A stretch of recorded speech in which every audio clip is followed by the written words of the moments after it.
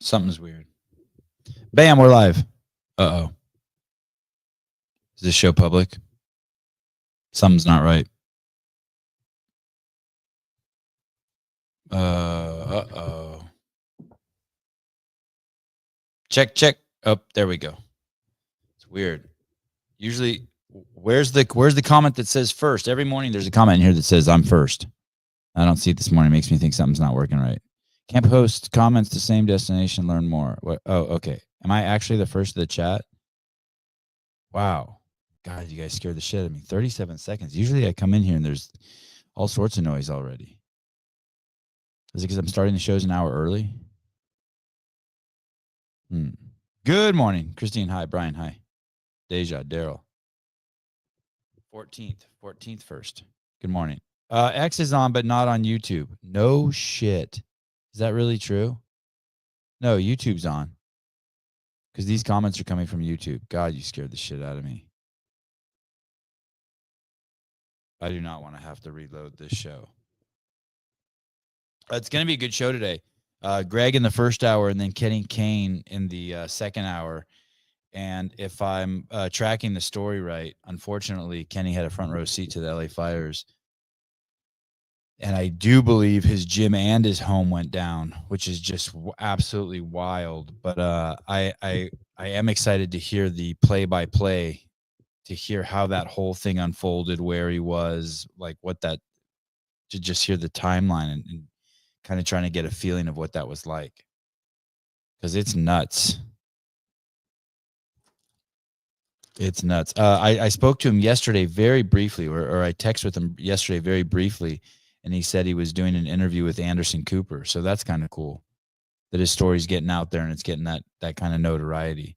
Oh, I need to make sure I have the link for the I need to make sure I have the link for their GoFundMe. I definitely want to pull that up today. I wonder how that thing's doing. How do I find that page again? Where do I go? GoFundMe, type in Highland, Thomas Highland. Is that fundraiser? Jamie Highland. Maybe I have to type in Thomas Highland. Rebuild. Oh, there it is. Okay, let's see how it's doing. Oh, 52,000. That's awesome. All right. Maybe we. Oh, let me see if I'm still the top donation. Wow, not even close. Oh, this is awesome. There's a guy named Roland Weinstein, Jew. Look at Jews representing, donated 5,000. That's awesome. And then another person named Daniel Roland Weinstein comes to save the day. Daniel Pone. And then Alex Bentley, 2,500. And then O'Keefe. Look, I'm not even on the damn. Elena Schutt, Eric Moreno. Shoot. This is great. There I am. There's Monica Deschmuk, Sean Drayle, Keith Fielding, Don Fall. All right, this thing's doing good. 200,000 more to go. That'll pay a mortgage for a month in LA. That's true. That's true. All right. Okay. Let's see. I wonder if Greg's coming on today. I think there's always a little confusion of time when I'm in a different time zone.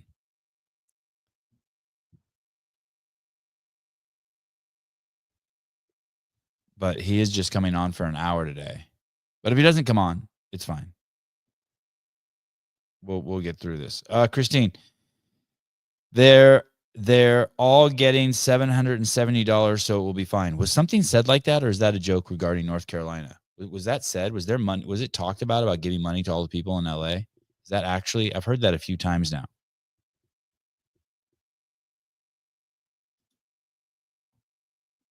Only people who know what CrossFit is will donate money. You're not gonna like Justin Medeiros grew up in a CrossFit gym. That's why he gave money. You're never gonna see money from a Craig Ritchie or, no one else is gonna do anything. They don't give a fuck.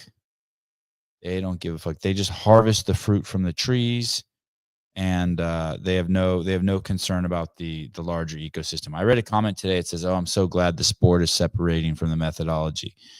It is not. It It is it is not. That is true. Oh, I need to Google that. Is that really true? What would I type in? Biden $770 California. That really is true. Biden announces $770 checks for residents impacted by California. Wow.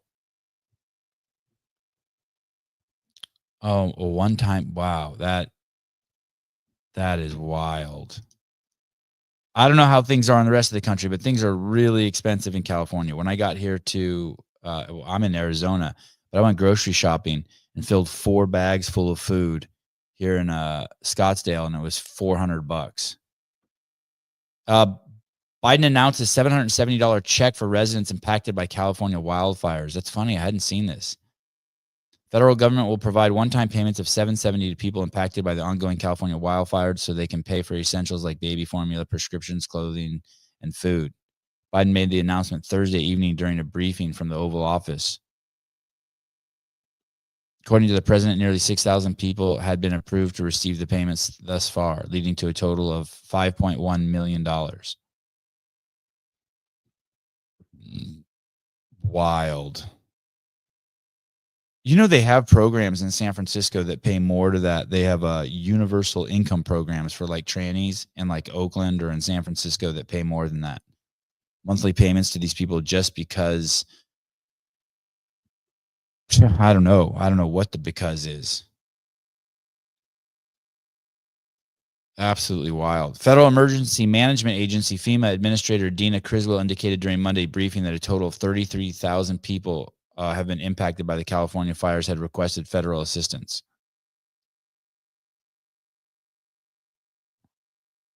Boy, oh boy, this is going to be interesting to see how this plays out. I wonder if this is enough to turn the state red.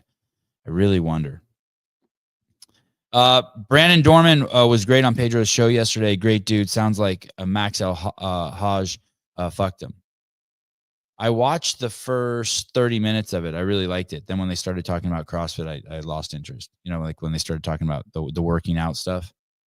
Did they circle back around and talk about his plans? I'd like to have what's his name? Brannon. I'd like to have him on the show. I like the dude. I think he's cool as shit. Isn't it a loan? You have to pay it back if you take it. Oh man. Oh, look at this. Look at this. Someone just sent me a oh, this is awesome. Oh, let's watch this. This is Kenny. Oh shit, he was on the ground with Anderson Cooper. Is this? Oh, let's watch this really quick. Let's watch some of this. Someone just sent me a link to Kenny Kane with Anderson Cooper on the ground. Look at him. He's holding a mic and everything. This is killer.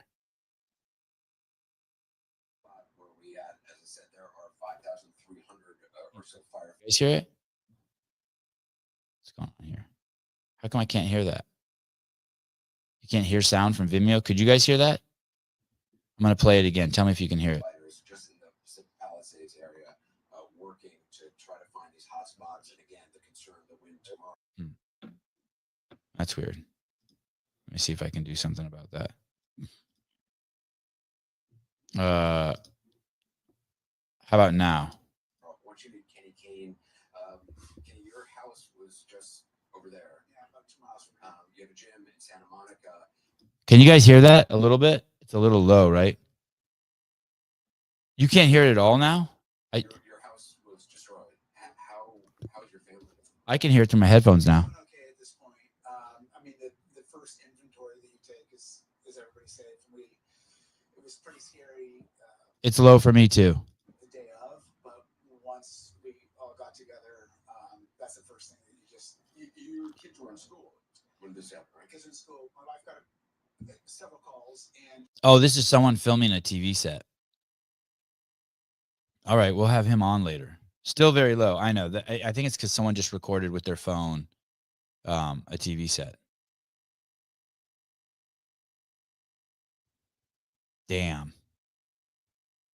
Wild. I have something funny to show you guys. I was hoping to wait till Greg got here so I could show him too.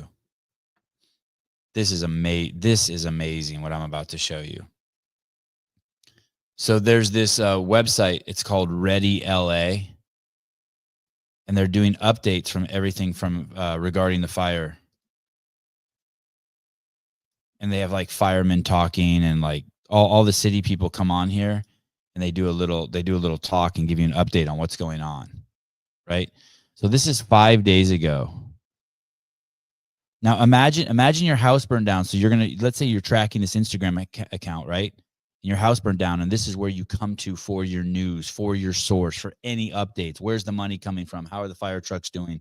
What are the winds doing? What's the city doing? What are the saviors doing, right? This is the place you come. So when you click on this, all you want is, okay, guys, this is where the fires are. West Hollywood, Palisades, and Santa Monica, all are 22% contained. We're expecting big winds tomorrow. What we recommend for you is we have shelters. That's all you'd want from them, right? You don't need anything else. You want any small talk. You don't want any bullshit, right? This is, I hate to use this term. I hate to use this term. Hey. How are you? Sorry. Hey, good morning. No, not. I know it's always weird when the times are different. Yeah. How are you? Good. What are reaction effects? I just got to notice the Google Chrome, which I try not to use, but I have to for your show.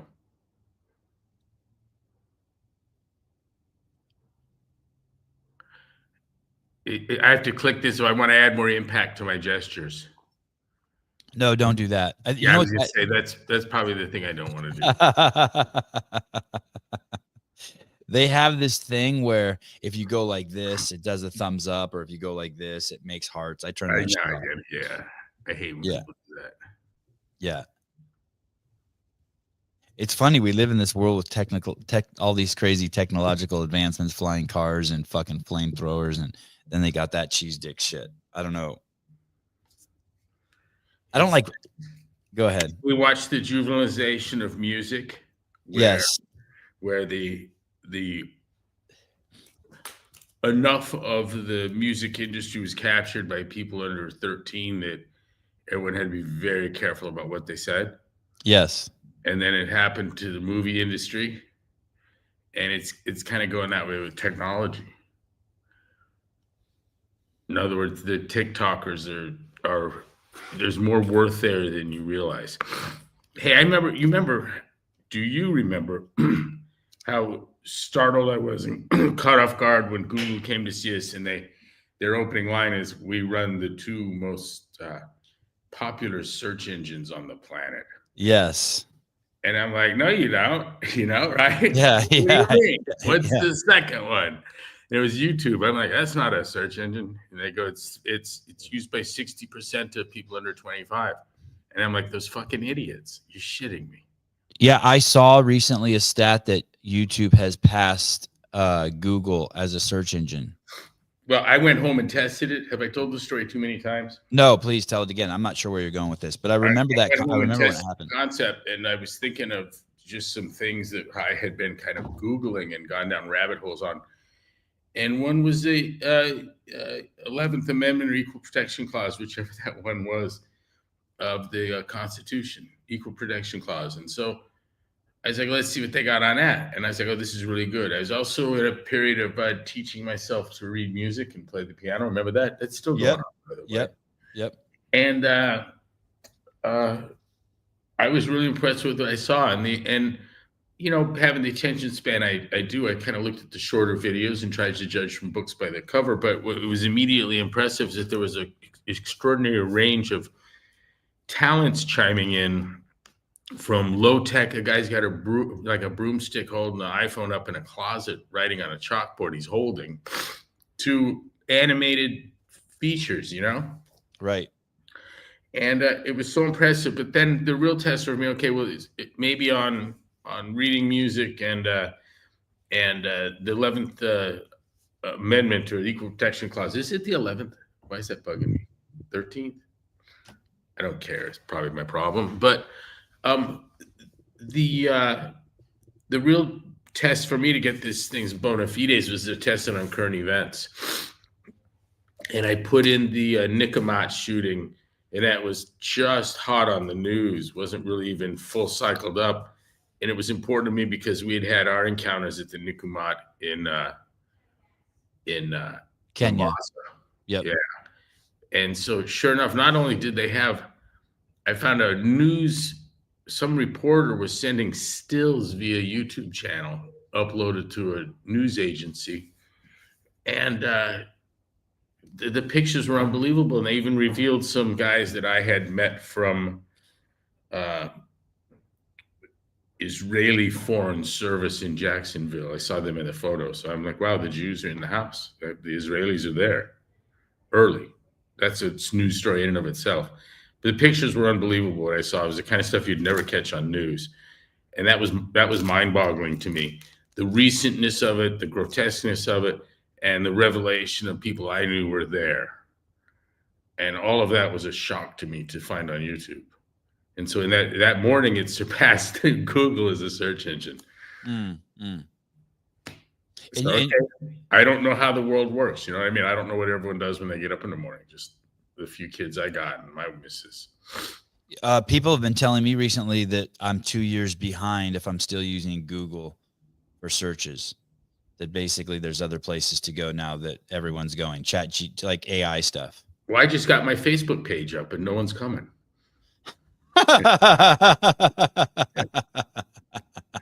You have no friends? You have zero friends? Yeah, I banked early on Facebook. No, what was the other one? My page. MySpace. Yeah.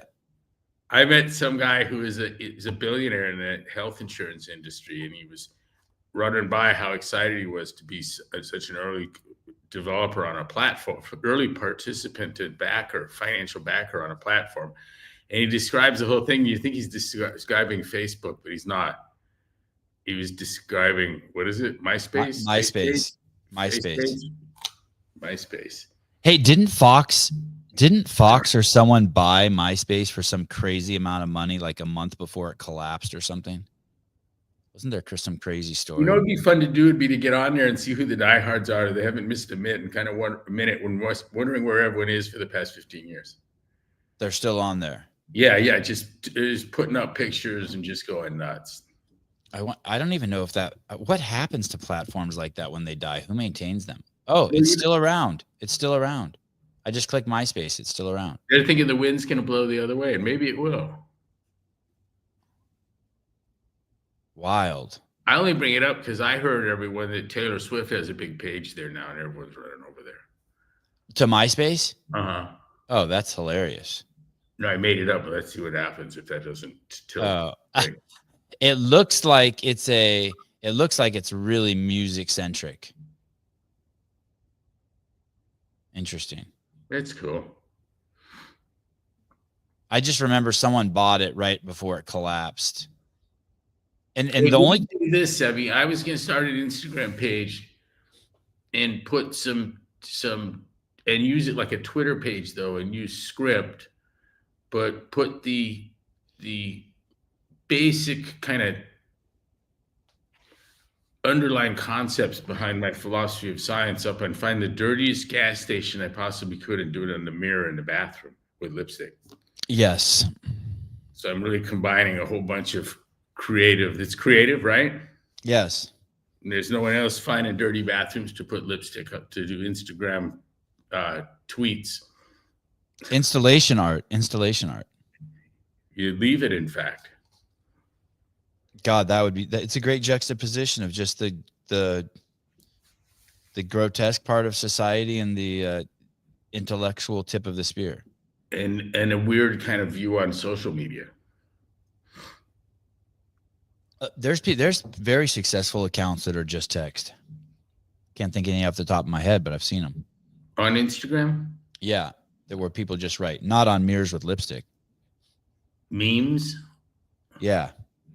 Or just daily sayings. I think I see it more in the self-help realm. You know what I mean? Yeah. Take 2 breaths this morning. Think of 3 Twitter people. Wouldn't be good for that. Think of 3 people you love. Twitter? Yeah. Yeah, Twitter would be great for it too. I thought you said Instagram. Twitter would be even better for it. Twitter's dude, I can't believe how many listeners we have on Twitter now. It's nuts. We used to have none. Now we get like about 100 per show, live viewers per show. I was thinking of dusting off the old Twitter account. Did you? Do you remember your last post? Yes, I do. As a matter of fact, odd you should mention it. Hey, get Elon to just put me right back. I'll just work in from where I was. What was your account? What was it? CrossFit CF CEO? Yeah, 2 bad days. You know, I didn't pick that. That was set up for me. So you really don't have a Twitter account now? Like, no, the Broken Science arm had one too. That was picking up ahead of steam. It was kind of interesting. Dude, you should definitely start a Twitter account and post every day. Twitter is so fun. I just started using it. I think it's so fun. It's cool. And I don't hang out there like I do on Instagram. I go to Instagram for news and shit, but on Twitter I just post and it's fun. It's like getting shit off my chest. I was thoroughly enjoying it when the worst case scenario happened, or best case scenario. I was like on a 200-foot wave. Sean Lenderman, Sevi, I tagged you in a hilarious shit on Twitter all the time. Do you ever see it? I don't even know. I don't know how to use Twitter that good. I wouldn't know how to go find a place where someone tagged me. So he's my Twitter coach. Yeah, I'm a beginner Twitter coach. I never used Vine. The app that will never be recreated is Vine. That was a time we will never get back. I remember the Vines were cool though. MySpace was cool. You got to put your friends in the order of best to worst. Oh, that's healthy. And so everyone had to compete to try to get into your top 5 friends list. Holy shit. Wow. I don't know how to reply to a tweet. If I knew how to reply, I would. I don't really understand Twitter's not intuitive for me. Like every time I click the bubble button, I think I'm going to go to where all the comments are. And from that last comment, does everyone reply? I mean, are you supposed to reply? I don't know. Oh, that's how Justin Bieber was discovered. Vine, huh? Wow. By replying? No, just on Vine. Yeah, Diddy saw him and saw he had a certain something he'd love to get his hands on, right? Someone did. I can't remember who. I think he was singing it was P. Diddy, no? What was the fat girl's name who sings the song Hello? I have no idea. Hello, is it me? Well, no, that's I remember that. Yeah. No, I think maybe that was Krista Berg.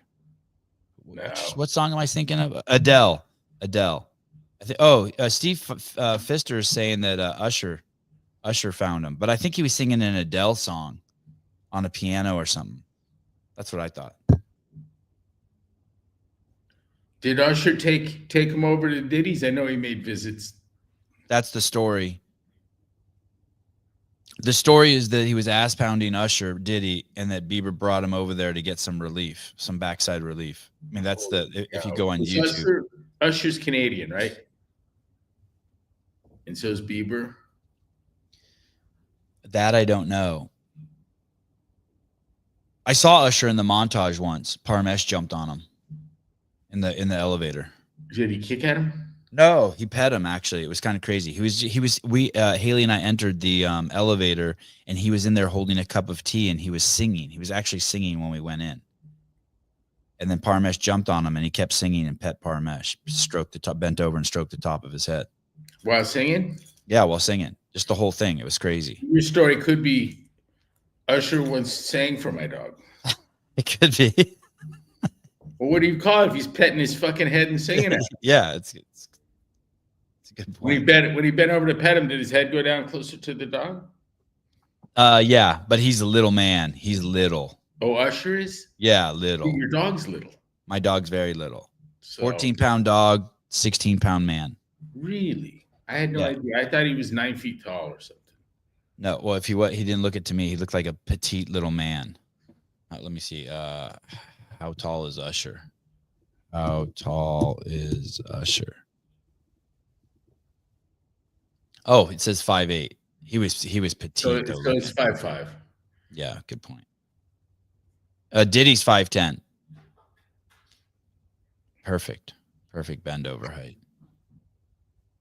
Hey, when I see you today, let's set up a Twitter account for you. Yeah, let's. Yeah, let's do it. What could happen? If Sevi says you're little, you're little. Yeah, that's true. Sevi, when you and I go out in public, we're little. Like we have. It's rare that we'd see grown men shorter than us. Yeah. But if I sit here at my keyboard, I learned that like everyone's little. I think guys of shorter stature are achieving more than guys of higher stature. Especially if you take basketball out of the math. I did see some stat once that like for Putin, a little guy. Who? Putin. Let's see how tall Putin is. He looks. Now I'm gonna take 6 inches. It'll be some Russian figure. You get your head chopped off for calling it wrong. Putin's 5'7". There you go. And so he's 5'5" or 4, right? Yeah. And how about Kim Jong Un? Oh, I hope he's short. Kim. Oh, of course he is. Now, of course, he's gonna list himself. He probably had all the rulers stretched. 5'7". Okay, and now let's go to Xi Jinping. I think he's tall. You just see him that way. I don't want to tell you how I spelled Xi Jinping's name. Jesus. XIXI, weird enough. It wasn't always that way either. That's some new shit. 5. Is that true? I think so. Like Beijing was Peking. Oh. It says he's 5'11". Oh, and then here somewhere else it says 5. Business Insider says 5'9". BBC's got him and Wikipedia's got him at 5'11". All right.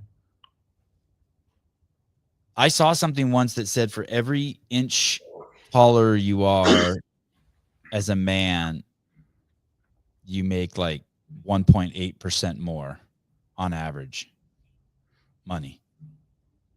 And it started like at 5'2". That's age adjusted? Probably not. Well, then you got 4th, 5th, 6th, and 7th graders and their allowance going up in there. Yeah, good point. Good point. It was Business Insider. They didn't adjust. They don't adjust anything. Did Greg comment on Taylor puking in his garage? I don't know if Greg knows. Did you know Taylor threw up in your garage? I heard that. I mean, he threw up in a box. Was it empty? There was a plastic bag in there that he quickly tried as he was puking. Someone kicked him a plastic box as he bent over, or a cardboard box, and there was a plastic bag in it, and he tried to stretch the plastic bag over the box. What was security doing? Just standing around laughing? Yes. He was I mean, it was one of those things. He finished the workout. He didn't move for 10 minutes, and then he got up, and it wasn't it was like a South Park puke. He just opened his mouth and like it looked like a monster was dripping out of his mouth. Like some kind of weird cat puke. Yes, it was. He wasn't like convulsing or anything. He was just like, it was just like coming up. Yeah, the way it was presented to me, it made it kind of cool. It was cool. Because like Rhett came in or maybe it was Reason. Robbie came in and said there's a dead guy in the garage. He looked dead. I got up. I was worried. I got up from my seat and went over and checked on him. I was worried. Robbie said, you have a dead guy in your garage, and walked off. And I'm like, what? Robbie? Where'd Robbie go? And then Maggie goes, it's just Taylor. And I just immediately saw that it's art. How often were people puking in the old Santa Cruz gym? Did you get a puke a month? Was it that often? You know, I think everyone had to kind of figure it out once or twice. There weren't people that puked all the time. It was just you came there and one day you kicked your own ass too hard. Yeah, there were a lot of early exposures that Heibarger, Jason had taken class of new people and get 80% of them to puke and be all fucking brag about it and he was artistic, so he'd build a really overly meticulous leaderboard that he'd come in early and set up, right? Uh-huh. And then there was a column at the end. I left once and left him in charge of some classes, and I come back into classes, they're like, there's no one there. And I was like, was this even going on when we were gone? And I checked the base camp, and everything looks good. I mean, but there were, for each of the weeks we were gone, there were fewer people in the class. So it was having a pretty dramatic impact on business. And then I come into the gym and I see one of these leaderboards. Like he used to do them at first on the whiteboards. He would use electrical tape to make the lines. Oh, solid. I was all for it. I'm like, this is great. But then, yeah, right. You're gonna do that for long. And it was his really, really sweet leaderboard, and there was all the names up there, and then the workouts, some explanation, and then he had a column at the end, and he had drawn with the Sharpie a puking clown. Did a remarkable job of it, a little square like this, and then there were check marks in the boxes.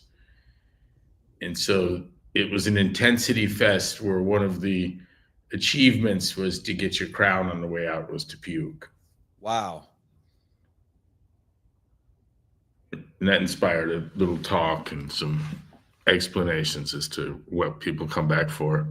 Was Pukey around then? Was Pukey a mascot by that point? Yeah, I mean, it's on the, yeah.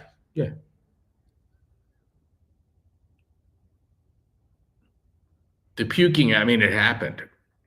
Right.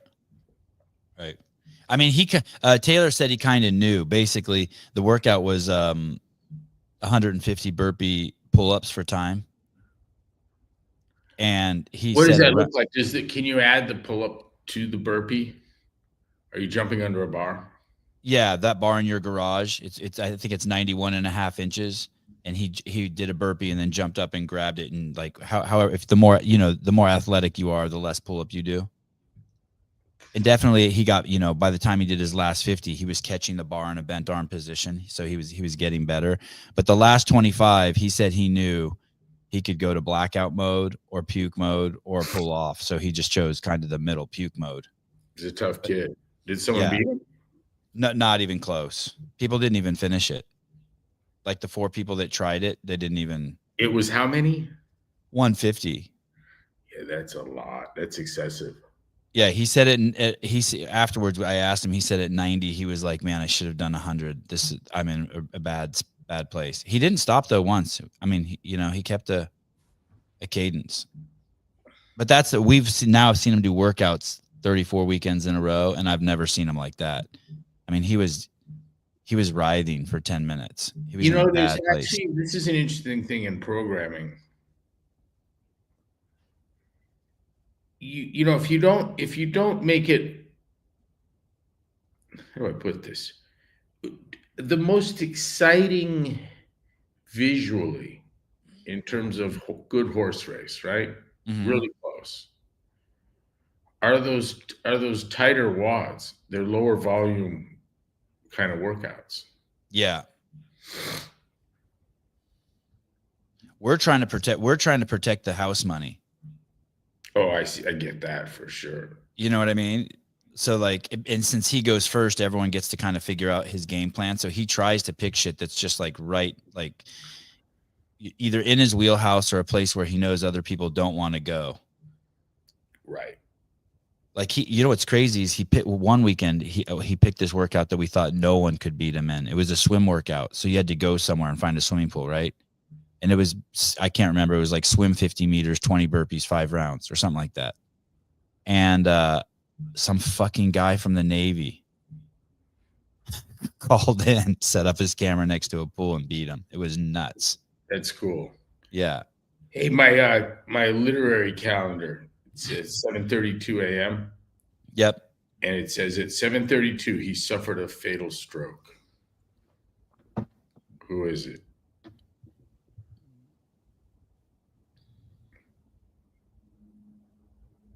I don't know. Stephen King, It. Oh, wow. Hey, tell me the name of that calendar. People have been asking me about it. It's cool as fuck.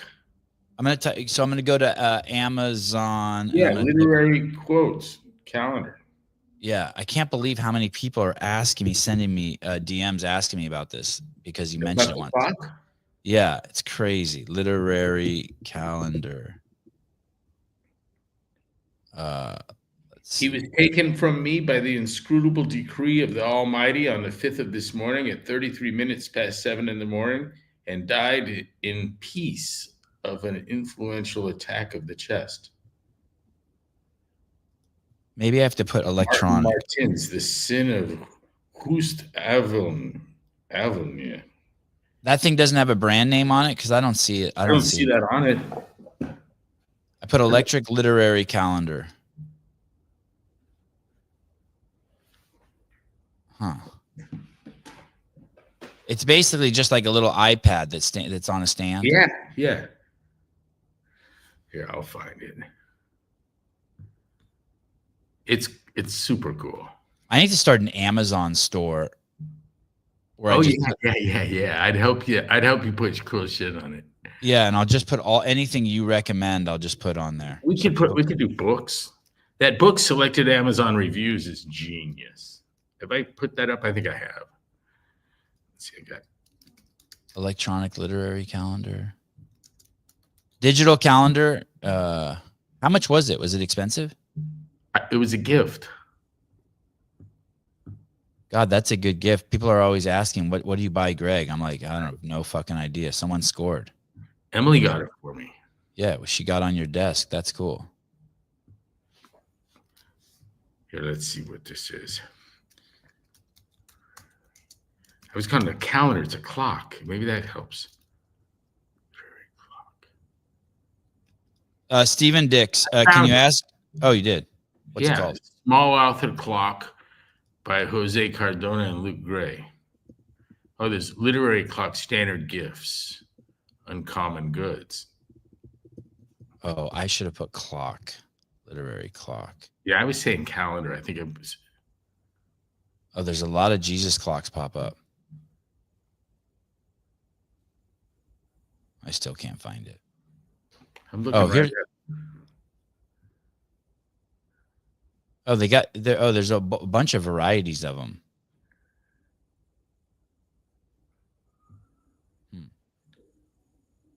All right, someone. It's called Author Clock. My particular one. What? Say the name again. Author, like the author of a book. Yeah. Author Clock. Okay, now I think I got it. Drawn from 13,000 classics over the past 6 centuries. Maybe she didn't get it from Amazon. Maybe not. It's cool though. Now I'm looking at Uncommon Goods as a website, but it's the exact one. Okay, now you guys know. Uncommon Goods, literary clock, uncommongoods.com. I think it's not cheaper somewhere else, just in my quick search. But anyways, I can't keep my eyes off of it. What was that store that was big in the 90s? And they supposedly sold like really cool shit, but it was really just junk. I don't know, but my whole family, we all missed the Amazon retail store that was in the mall here. Oh, they got rid of that, huh? It was all like 5-star super items. God, what was that store? They sold like spy pens and Sharper Image. Do you remember Sharper Image? Yeah, there's a better one. Jim Wad turned me on to a store in mail order store in Miami, and he said the government buys all kinds of shit from there. Like if they're gonna slap a tracking device on your car, the department is as likely to order it from these people as to requisition it through. Yeah, that's cool. Patrick Bet David had like a spy expert on, and he was showing all sorts of crazy shit. Like just basically ways you could just break into anybody's computer. Basically you should never use any plug or cord from anybody. Like he was just showing cords that you could buy. And if someone uses it and plugs into their computer, and you're near them, you can just jump on the same Wi-Fi network as them and use their computer like it's yours. You know, when you go to put in a password and there you just see those fuzzy dots where you're replacing them with numbers or letters? Yeah. You know what I'm talking about? Yep. Okay. Red Hat will cut and paste that into another browser and pop up a password. Cut and paste the URL? Yeah, that thing you see that, okay, there's someone's password. What am I going to do? Yeah. Copy that string of fuzzy dots. Oh. Export it elsewhere. Paste, and it's not fuzzy. Oh shit. Oh shit. I know. Instead of clicking that button that says show password, you can just copy and paste it somewhere else. Or instead of trying to guess it and put something in, it's there waiting for a prompt. He just captures the what looked like, the screen's filled with these little dots. And as you put in SEVAN, they go away and become numbers. Yeah. He just copied them and put them somewhere else, and it showed up as Maggie's password. That's genius. One of this crazy chick we knew that was fun until she had too much to drink. One of her kids was doing something with the power as something was booting, and it would every once in a while boot without the password on Gmail. Oh, Jesus. And I go, you can't do that. And then I watched, and I'm watching, right at about 10 minutes of watching, I'm about ready to give up. Boom, it worked. Kids, I don't know how, they're monster hackers, Yeah, they're not afraid to try anything. That's how desperate they are. Hey, I want to show you this. I was about to show this Instagram account. You can see the screen. This Instagram account is called Ready LA, and it's basically where you go to get all your information about the fire, right? Okay. So if you live in LA and you want to know where the FEMA assistance is, you want to know where the community meetings are, it's like sponsored by the city of Los Angeles. They tell you, like, it's just all the updates, right? And so if you went there, that's all you would want, right? Is just the updates, right? This is 5 days ago. This is how they talk to the people of LA. Listen to this shit. You're not even gonna fucking believe this. This is the problem. This is why Los Angeles burnt down. Good afternoon. I'm with the Los Angeles Fire Department. We're here at the Emergency Operations Center with some information for our fellow Angelinos. My name is Captain Jennifer Wilcox. My pronouns are she, her. I am a Caucasian female wearing a black shirt uniform with eyewear and a black hat. I'm done. I know. How about like anyone has time or cares about that? How about, hey, Palisades is still closed? That's just awesome. It's crazy, right? Yeah, but that was Chinese Sign Language, though, right? Yes, that's for all the Chinese citizens. No, it was Muslim Sign Language. You can't even believe that, right? Like, hey, how about just get to the fucking point? There's people just freaking out. How about just tell us, like, how much of the fire's contained, where the fire trucks are? The point she's really trying to get across is she's a beaver eater. Yes. That's more important than anything to her, that we know that, including that we see her as a fire person. I'm wearing a black shirt. Is that for blind people? Is that for blind people? I guess. Do you know how patronizing and insulting that is to the blind? Explain. I can just close my eyes and feel the rage. Well, you're using your language, your terminology to describe their plight, to help their plight. Look at this shit up. It should be objectionable, though. Look at this post. It's telling you it's okay, but it's got that social justice, artwork style that everyone recognizes. That's on the same website? Yeah. Or is that hand just black with ashes? Yeah, that's a white guy who's been working the fire for sure. Shit. Yeah. That's a looter's hand. It's crazy. So the money that was going to fund fire departments, that's not just free for your taking for social activity without repercussion? You actually need a fire department? No, you don't. Clear. Hey, did you see what they reported yesterday? The homeless got the money and they're the ones setting the fires. Right. That's not exaggeration or hyperbole or propaganda. That is what They happened. doubled their their homeless expense and shorted the fire departments. Yes. And some of the hydrants didn't have water. Correct. Some of the hydrants didn't even work. And they have a reservoir that's down because it's recently down under repair. But that's not Newsom's fault. That's a city reservoir. That's what he said. They're like, dude, you have an empty reservoir. He's like, that's the city's problem. So the fires are none of his business, really. I mean, last night I saw. I flew into Watsonville to get to the house, and we go into Hertz, and they're like, we haven't had cars for days, and I'm like, it's just like if you told me, hey, I went into Hertz, we haven't had cars for days. I'm like, California, nothing's working right. It's kind of obvious. We went to what's the other place? Where did we get our rental car, Haley? You know what else seems to be done? Is the traffic over, Sevi? What traffic? The traffic, the notorious, infamous, horrible fucking traffic of the one that was there when I lived there. Is that gone? No. Okay. Are people attending the high schools and shit? I don't know. I mean, I don't even know. I actually don't know because I've made my schedule to avoid the freeway at all costs during those hours going the wrong direction. So I don't know what's going on with the traffic, but you know, they're trying to expand that freeway there. They've been working on it for 5 years. Oh, the one? Yeah. Sevi, they've been working on that since I showed up there full time in '95. They built an overpass over Soquel.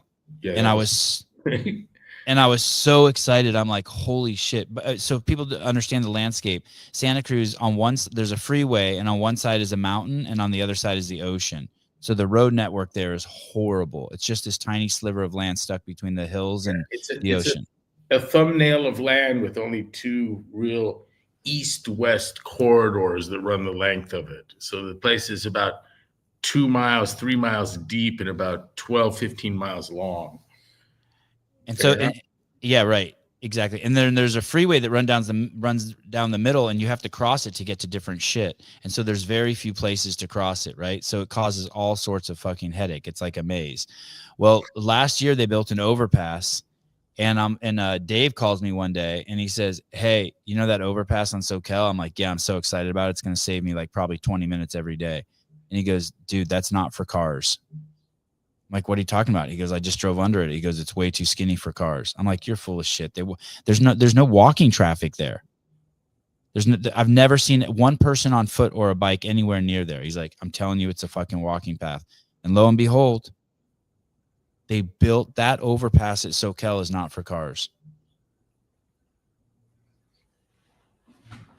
It's retarded. It's nuts. Oh, and it probably cost a fortune. Of course it did. Traffic on the one has been good. Bruce Jenner can drive even faster now. Hey, did you see that the YMCA, the Village people are playing at the inauguration? No, but he's got the dance down. That'll be good. Yeah, isn't that amazing? Yeah, it's funny. Hey, what they're doing at the inauguration by having that they're having some marching band play or something from a black college, and they're having the Village people play, the gay band. And what's so great about that is if that was Kamala's inauguration, you know they'd be doing it to make a statement. But this guy already fucking won. He's not trying to appease anyone. You know what I mean? That black band just happens to be the best band, and he fucking loves the Village people. There's no, you know what I mean? He loves them. He plays that song at every fucking rally. He loves them. And so you know that there's no agenda. He's not trying to score points with anyone. He's sure odd. Who, Trump? Yeah. Oh, yeah. I like his oddness. Yeah, it's growing on me. Yeah, I like it. He's a amateur comedian. He's not like Zelensky where he's a professional. I'm excited for the inauguration. I'm really excited. When is that? That's it's got to be coming up. Are there clips of Zelensky as a funny guy? Oh, so many, dude. Let me see if I can find one. There's like pictures of him like on his TV show pretending like he's gay. I'll put gay skit. I mean, he's a full-blown thespian. He's legit. Oh, here we go. I think this is him. This is just a quick search on YouTube. I think that's him in the middle there.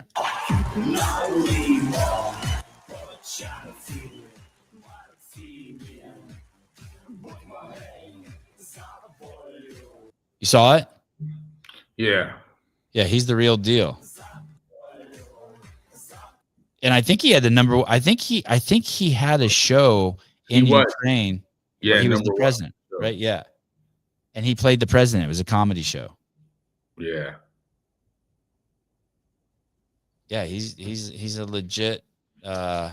He's legit at something. Interesting. World leaders, from actors to world leaders to war heroes. I saw one more thing I got to show you too. This we kind of knew, but this is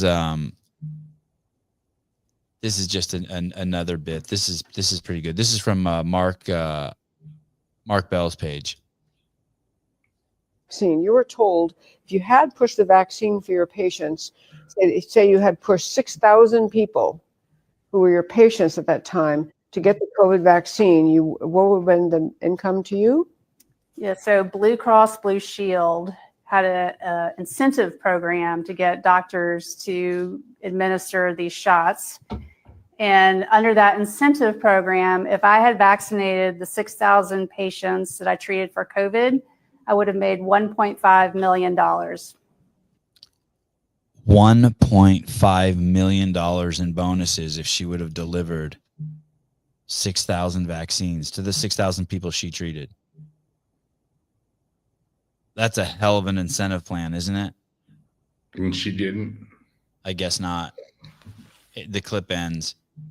I was thinking about that. We, the taxpayers, paid for a vaccine to be developed and given to the people, quote unquote, free. And then we also paid those doctors to insist we take it. It's a wild scam. You're giving the incentives. Sean, who's giving out the incentives? You are, we are, with our tax money. It's all our money. And then just think of how much money the admin was making.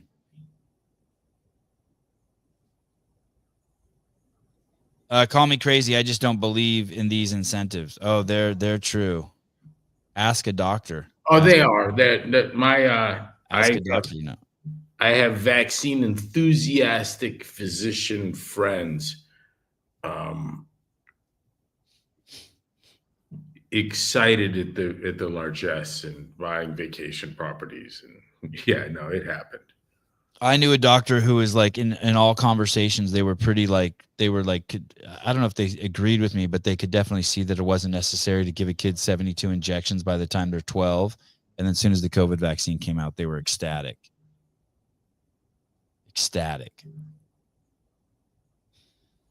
Are they everywhere? All doctors? I don't know. I don't know. But if I had to guess, I'd say yes. Do they buy the vaccine batches? Who? The hospitals? The doctors? I don't know. I mean, obviously something weird is going on, right? When you can go into CVS and they're giving away, or you could go into Target and get a $250 gift card if you took the free vaccine, right? So you walk in there. Oh, actually, where was I? Recently at some NorCal event in Sacramento, I walked into a store with Souza and a bunch of other guys, and there was something played over the intercom saying if you took the vaccine, they would give you $50. So I asked the guy, I said, hey, can I take 10 shots? And he goes, yeah, probably. I don't know if it's good. I asked the employee there at the CVS. He said, I don't know if it's good for you, but if you kept coming in, you could probably keep taking it.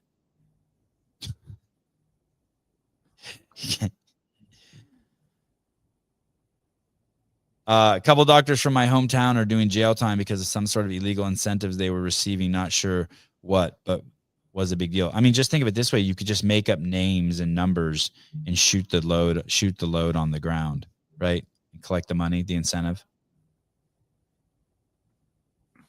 Yeah, I don't.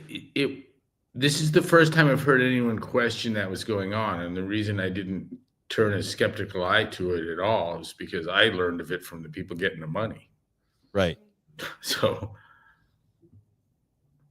I mean, you can Google. I've Googled it before. yeah, I'm looking at it right now. It's a Medicare thing.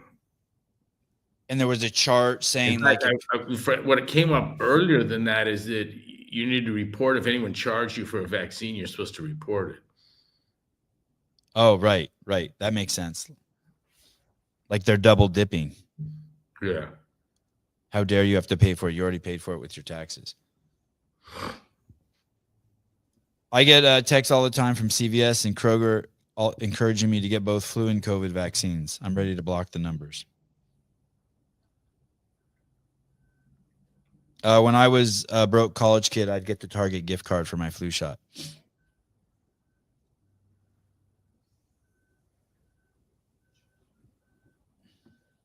And they give you French fries. Good point. The Hegseth. Here's a website called Immunize for Good. Mm-hmm. And it says, fact, vaccines aren't a big moneymaker for doctors and pharmaceutical corporations.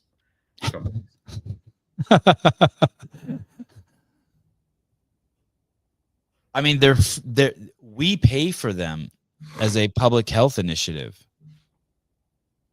And then they get paid to distribute them. I mean, it doesn't even. It's like owning a 7-Eleven and someone being like, "Hey, I'm going to give you these drinks. You can keep all the profit from them." You know what I mean? I'm putting these drinks in the freezer and you get all the profit from them. You're going to push that drink. You know what I mean? If I'm giving you free drinks, yeah, that's the drink you're going to push. All the profit's yours. I miss the days when I could make a couple $100 doing free trials, being a guinea pig. Now everyone gets like $20. And giving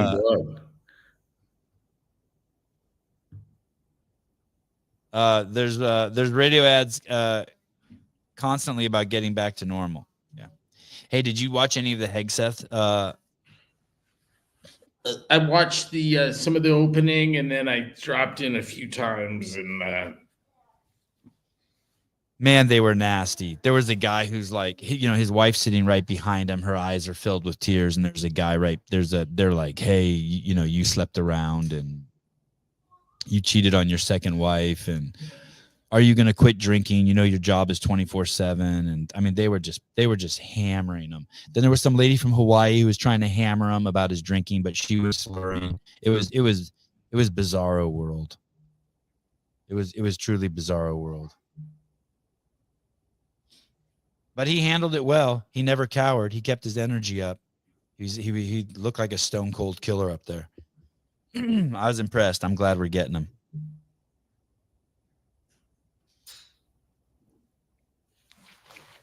I have go ahead. the people have had perfect qualifications put us into our current global position. Right.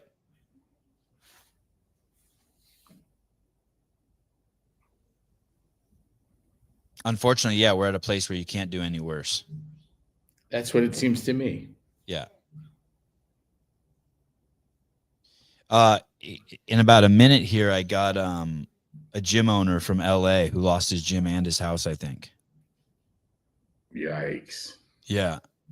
Do you know that name, Kenny Kane? Does that sound familiar? I think he's been around forever. I think he was in business with Andy Petranek. I didn't recognize the name. I was kind of surprised. I was like, how do I not know that name? But I have a shitty memory. What makes you think that was one of Andy's guys?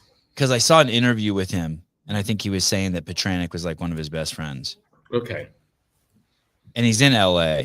Where do you live? He might actually even own it. I don't know. I'm about to find out.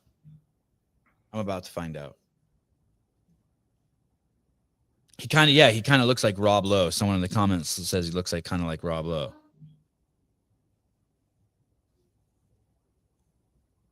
When I spoke to him the other day on the phone, he was in a hotel room with his dog and his entire family.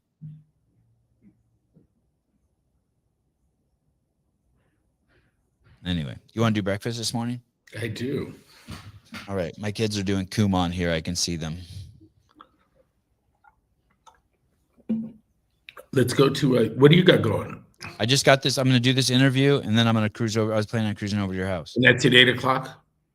Yeah, it's right. Well, no, it's right now. Yeah. Okay. I'll see you next week. I'll see you in a little bit. No, not next week. I'll see you in. Yeah, Okay. When you're done with this, come over. Okay. I'll see you in around 90 minutes. All right, buddy. All right. Bye. Hey, and sorry for that guy losing his house and gym. Jeez. Yeah. It's crazy. Hopefully I'm wrong. Maybe he didn't lose his house, but for sure he lost something. Yeah, it's horrible. All right, bud. All right. Love you. Bye. Kenny. Savon, What's up, brother? what's going on, dude? Hey, Greg says he's really sorry about your loss, man. Thank you. Yeah, it's We were just chatting about it. It's wild. yeah, it's very wild. Yeah, it's been it's been this is day 8, and it feels like easily 3 years in this last week. I'd like to hear the whole story of just like you're just minding your own business. You know what I mean? Like you're picking your nose and you're scratching your butt, and you see it, you get an alert, and you're like, "What's this?" Yeah, I was doing the hokey pokey as well. Yeah, you know what I mean? You're mid thruster, and someone's like, "Hey, dude, we have to leave." Yeah, we're doing a couplet, thrusters and cartwheels. It was amazing at that moment. I was actually I was going to a client's house fairly far by drive time here in LA, and my wife was calling me, and my client lives up on a hill, and I wasn't getting in the calls, and so I got to the guy's house, and my phone just blowing up as I walk in. I finally pull it out, and she's like, "You got to get back, because these fires are moving fast, and you got to get home." And so as I'm driving back, and it took me about an hour and 15 minutes to get back, because everybody on the side of town that had either family or homes was doing the exact same thing that I was. So there was an exodus from the Palisades, but there was also a migration towards concurrently for dads, moms, whatever, try to go get their stuff from their homes and their kids. And so by the time my wife was in the dentist's office when she got the call, our infant, we have an 8-month-old who was with a babysitter, so my wife could get her teeth checked. And anyway, she goes to the school. The area that our kids' elementary school is one of the areas that was like first and very dramatically hit. So our kids could see the fire moving. It came down a hill and then it started coming up the hill in real time as the kids are on the playground, and so they moved everybody to the auditorium. My wife gets there, grabs the kids, and gets in the car. And like I said, there's just this migration. And so Kenny, real quick question. Does the school call you, or does your wife just know and head over to the school? Both. Okay. I mean, and also it's happening so fast, Savon. I mean, the fire was moving so quickly. The wind was gnarly. It was just bumping it around, and it just everything from the topography that we live in and the decorative trees to the winds. I mean, it was just it was just a perfect cacophony of everything for the fire to move fast. And so Shar, my wife, grabs kids, gets them in the car, and is stuck in this traffic jam. And she's looking, and the fires move from the school area, and they start moving into the neighborhood that she's stuck in. And so she just makes the decision to pull the car over and tell the boys to run. And how old are your boys? My boys are 9 and 7. And shit. Yeah.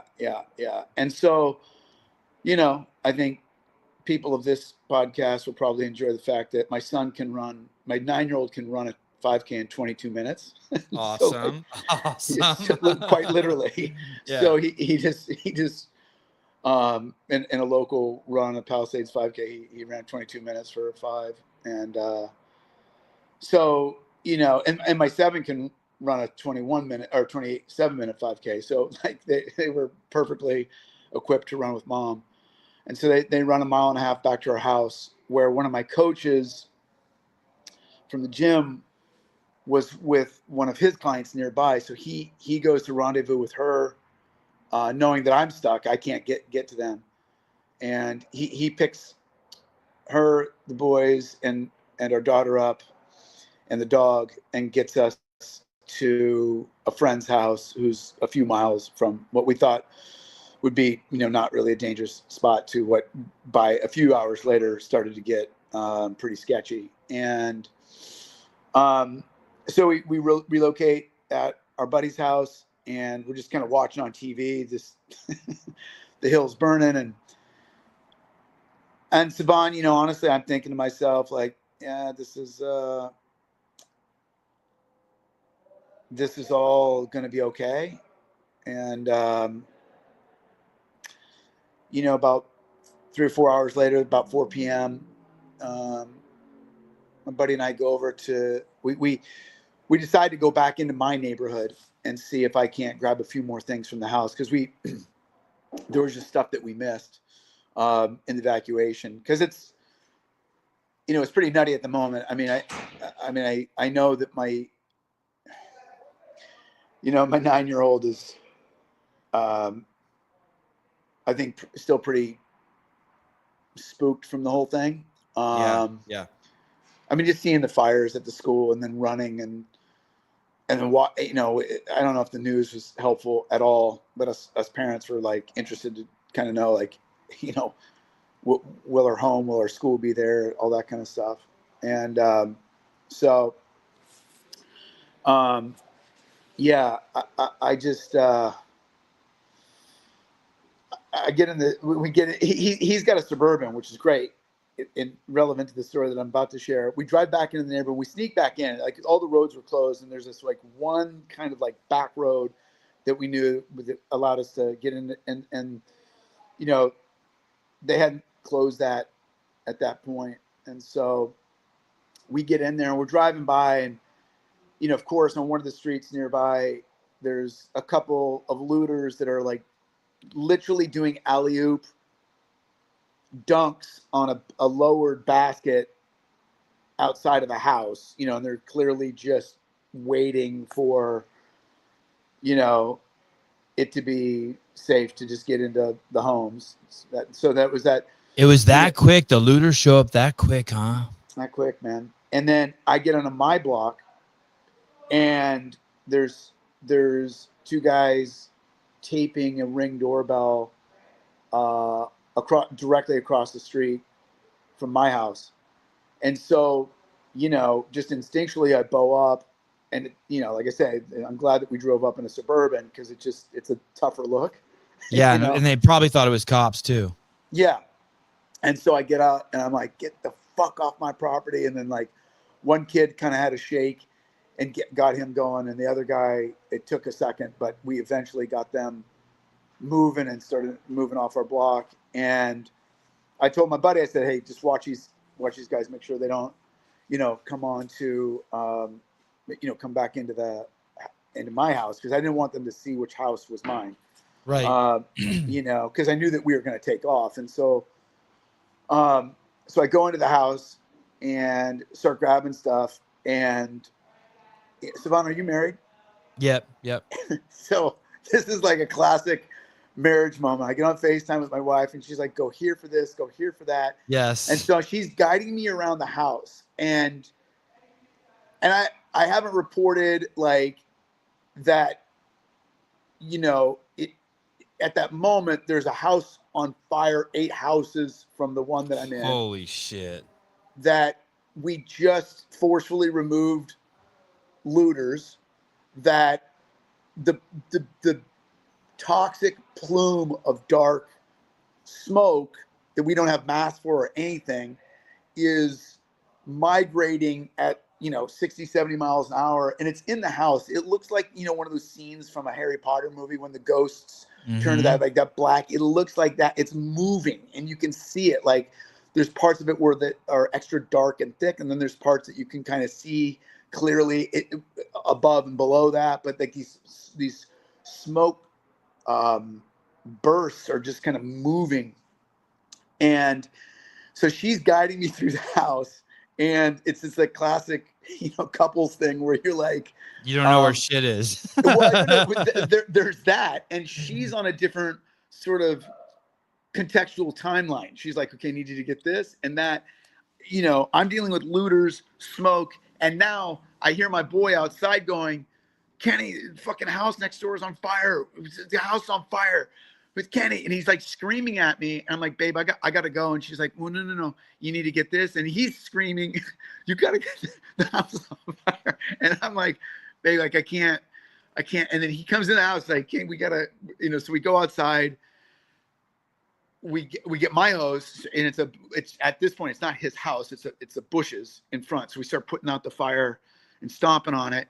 And so we get that out, and then we get back in, grab a few things, and you're playing this ridiculous photo editor thing, like which pictures are important, which what keepsakes are important, and there's no inventory checklist that's like particularly helpful in that moment, and and then two things are concurrently happening in your brain. One is, I'm going to grab a few things, but the house will be there. Like they're opposing realities, Right. And you're still in denial. Like for me, like I totally live in this it'll never happen to me world. Yeah. And what's ridiculous is it has happened to me. And so with the fires in Santa Rosa in 2017. So like you lost a house up there? We lost the reason I renamed my gym Oak Park is because the land that I grew up on burnt in 2017. And we were originally CrossFit Los Angeles, but we renamed it because Oak Park, my family fitness business in NorCal, burnt down. And so it was like a nod to the legacy of everything, of CrossFit, of CFLA, but it was just like, it represented something, personal, obviously, but like also like, from the Phoenix rises from the ashes kind of mentality, and yeah. So even with that as a backdrop for me, I'm still thinking what was left from that fire. I had like a box and a half of keepsakes from my family. I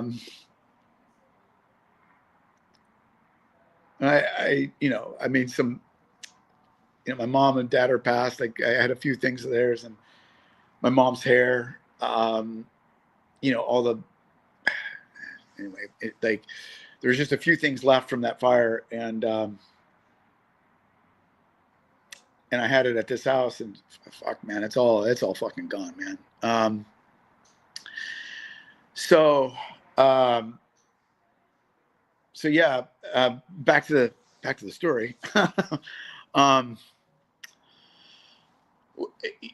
grabbing stuff, and then we have to get out of there because it's not safe, and we're not equipped to, try to fight the fire. We hosed down my house, thinking that would be helpful, but it clearly wasn't. And I come back and I just kind of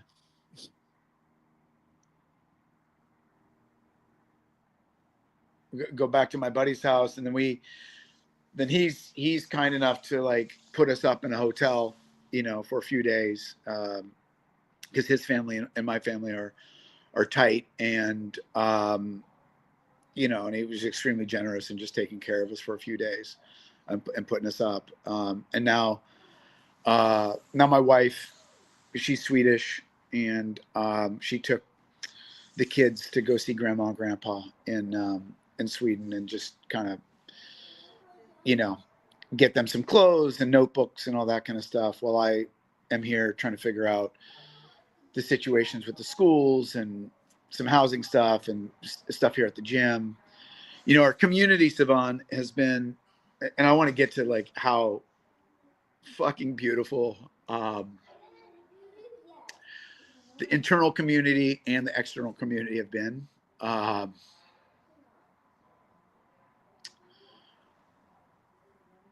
But you know, we as a family, we have a lot to kind of sort out, and there's 18 people that train either personally or in group classes that don't have homes. From Oak Park. From Oak Park. And there's another 16, 17 that are going to be displaced for depending on the damage to their homes and the smoke damage and the you know, all the shit that's in the pipes and all that stuff. It, you know, who knows how long it's going to be for a lot of them. And you know, many of them, it's just not going to make sense to move into the neighborhood because the majority of the homes in the Palisades are gone. So and that's where you lived. That's where you lived, Kenny. You were in the Palisades. Yeah, I was in the Palisades. Yeah. And so the kids' school is gone. The house is gone. Is the gym gone? Gym? No, I'm in the gym right now. Oh shit. Yeah, okay. Yeah, I'm in the gym right now, and which is like it's like a shelter for. I mean, like I'm sitting next to donations, you know, and then we've got a room on the other side filled with stuff that the community's brought in, and then outside, like, you know, food supplies. And I mean, it's just like, it's wild how much stuff has been donated. And a lot of the people who are A, displaced, or B, lost their homes haven't even got in to like look at the stuff that's available yet, just because they're dealing with the same shit that I am, which is like, find, you know, where do your kids go to school? Where do you live? And the challenge for everybody, you know, I mean, there's variables, like you're just dealing with imperfect information. Like any decision that you make, like, okay, so what do humans seek in times of disaster? Well, certainty. And I think that that's I think that that's a human, it's so natural and so human, and it's also a flaw, in the sense that in a moment like this, like, yeah, we're going to observe things, but we're not going to have like really thoughtful data on that, like what that means. And, you know, an example of that means for, you know, me and the kids and the wife is like, okay, so we send them to this school that they're supposed to go to. And, you know, the reason we'd want them to go to the school is A, we love our teachers. So, okay, be with the teachers. But then the other part of it is that they just, during a traumatic event, you'd want them to be with their other kids. But, you know, some of these families are going to migrate to their hometowns or states or whatever. And so, and then you got the kids in this like strange environment, and, you know, the kids are doing the best they can with everything. And, hey, Savannah, it's the Dusty Highland. Oh shit, Tomas, what's up, brother? Tomas. I got earphones on, but he's what's up, dude? He's continuing to teach millions. Is he trainer at that gym? Yeah. Oh, I didn't even know that. Oh, okay, yeah, I didn't know he's that. A coach. He closed his shop and joined me. Oh, that's cool. Yeah, through COVID. Yeah, that's good people. He's amazing, dude. He's an amazing coach, and just a fucking superstar human, man. I agree. He stepped up like I fucking fuck, man. Like, I mean, he was like on it with everything, just everything. Like, just got into like go mode, you know. Dan Guerrero says Dusty Highland's a legend. He taught most of us a bar muscle up on YouTube. He quite literally did, man. Quite literally did. I mean, he's just, and he continues to do, you know. I mean, we've got like 80-year-olds getting inverted right now in our gym. It's fucking remarkable. But Kenny, can I ask you a couple questions? Dude, ask whatever you want. So you get this note, you get the call, your house is on fire, you go over there, you watch the fire, you know, you already see the looters come in, you watch the fire encroach on your home, you grab whatever you can, you leave, your family gets organized in a hotel. Is the gym still operational? Like, are classes still going on and stuff like that? And how close is the gym to the fire? But as a crow flies, you know, depending on which fire, that fire was fucking massive. So There were several. You know, the closest the fire got to the gym was probably 3 miles. Oh shit! Are you guys out so of the woods or no? I would say mostly. I mean, there's still, you know, there's still a couple of homes. There's still some fire. There's still a lot of fire to put out, and some of our homes. There's 4 people from our gym that are just kind of crossing their fingers that, you know, part of their neighborhood got burned, and a lot of the houses in their neighborhood got burned. And it's kind of like the last section for our community, if you will, that is on watch. So, but it seems to be settling down. Are people sleeping at the gym? Nobody's sleeping at the gym. We almost did, but like everybody had a bed, and everybody was pretty quick to get out and go somewhere. Like a lot of people went to, you know, the Inland Empire or Orange County, or some people went north to Santa Barbara. So people, you know, a lot of people got kind of far away. Right. And then other people had in-laws in Santa Monica that they, I mean, it was surprising how many people actually had in-laws in Santa Monica that they could go to. And then everybody in our community opened up their homes. Like there was just, like I have currently 484 messages that I haven't even been able to get to. And basically all of them are like, you can stay at our place or whatever. There's some sort of offer of help. Oh, that's awesome. So, and that's the thing that's been so remarkable. Like I said, internally within our community is just that like the caretaking response was instinctive, heart-centered, and just, and not surprising. Like we've been through some emergencies before as a community, none quite like this, but you know, it's a good chunk of our people. I'm talking about 30 something people from our gym, Savon, that are like displaced. It's not, it's Yeah, not, it's you know, crazy. we're 150 people or whatever. It's not a big community, you know? So it's like, it's a tight community, but not a big one. And so, Did you own your home, Kenny? no. And I don't know, like like, you know, exactly. Yeah, we were renting. And so, you know, it's also, this is another thing that's very weird about this moment is that, I'm describing like the love and the humanity, which I say like completely outweighs the looters and all that stuff. Like people will fixate on that. They're motherfucking looters in California. Fuck the state. I'm just like, yeah. And you know what? Like scabs are all over the place throughout the history of humanity. Like that happens. And there's a dark part of our humanity that is that. And it's going to happen everywhere. It's not isolated to California. It's just, right. There's people, on bank lines calling from somewhere in the US posing to be, insurance brokers getting right.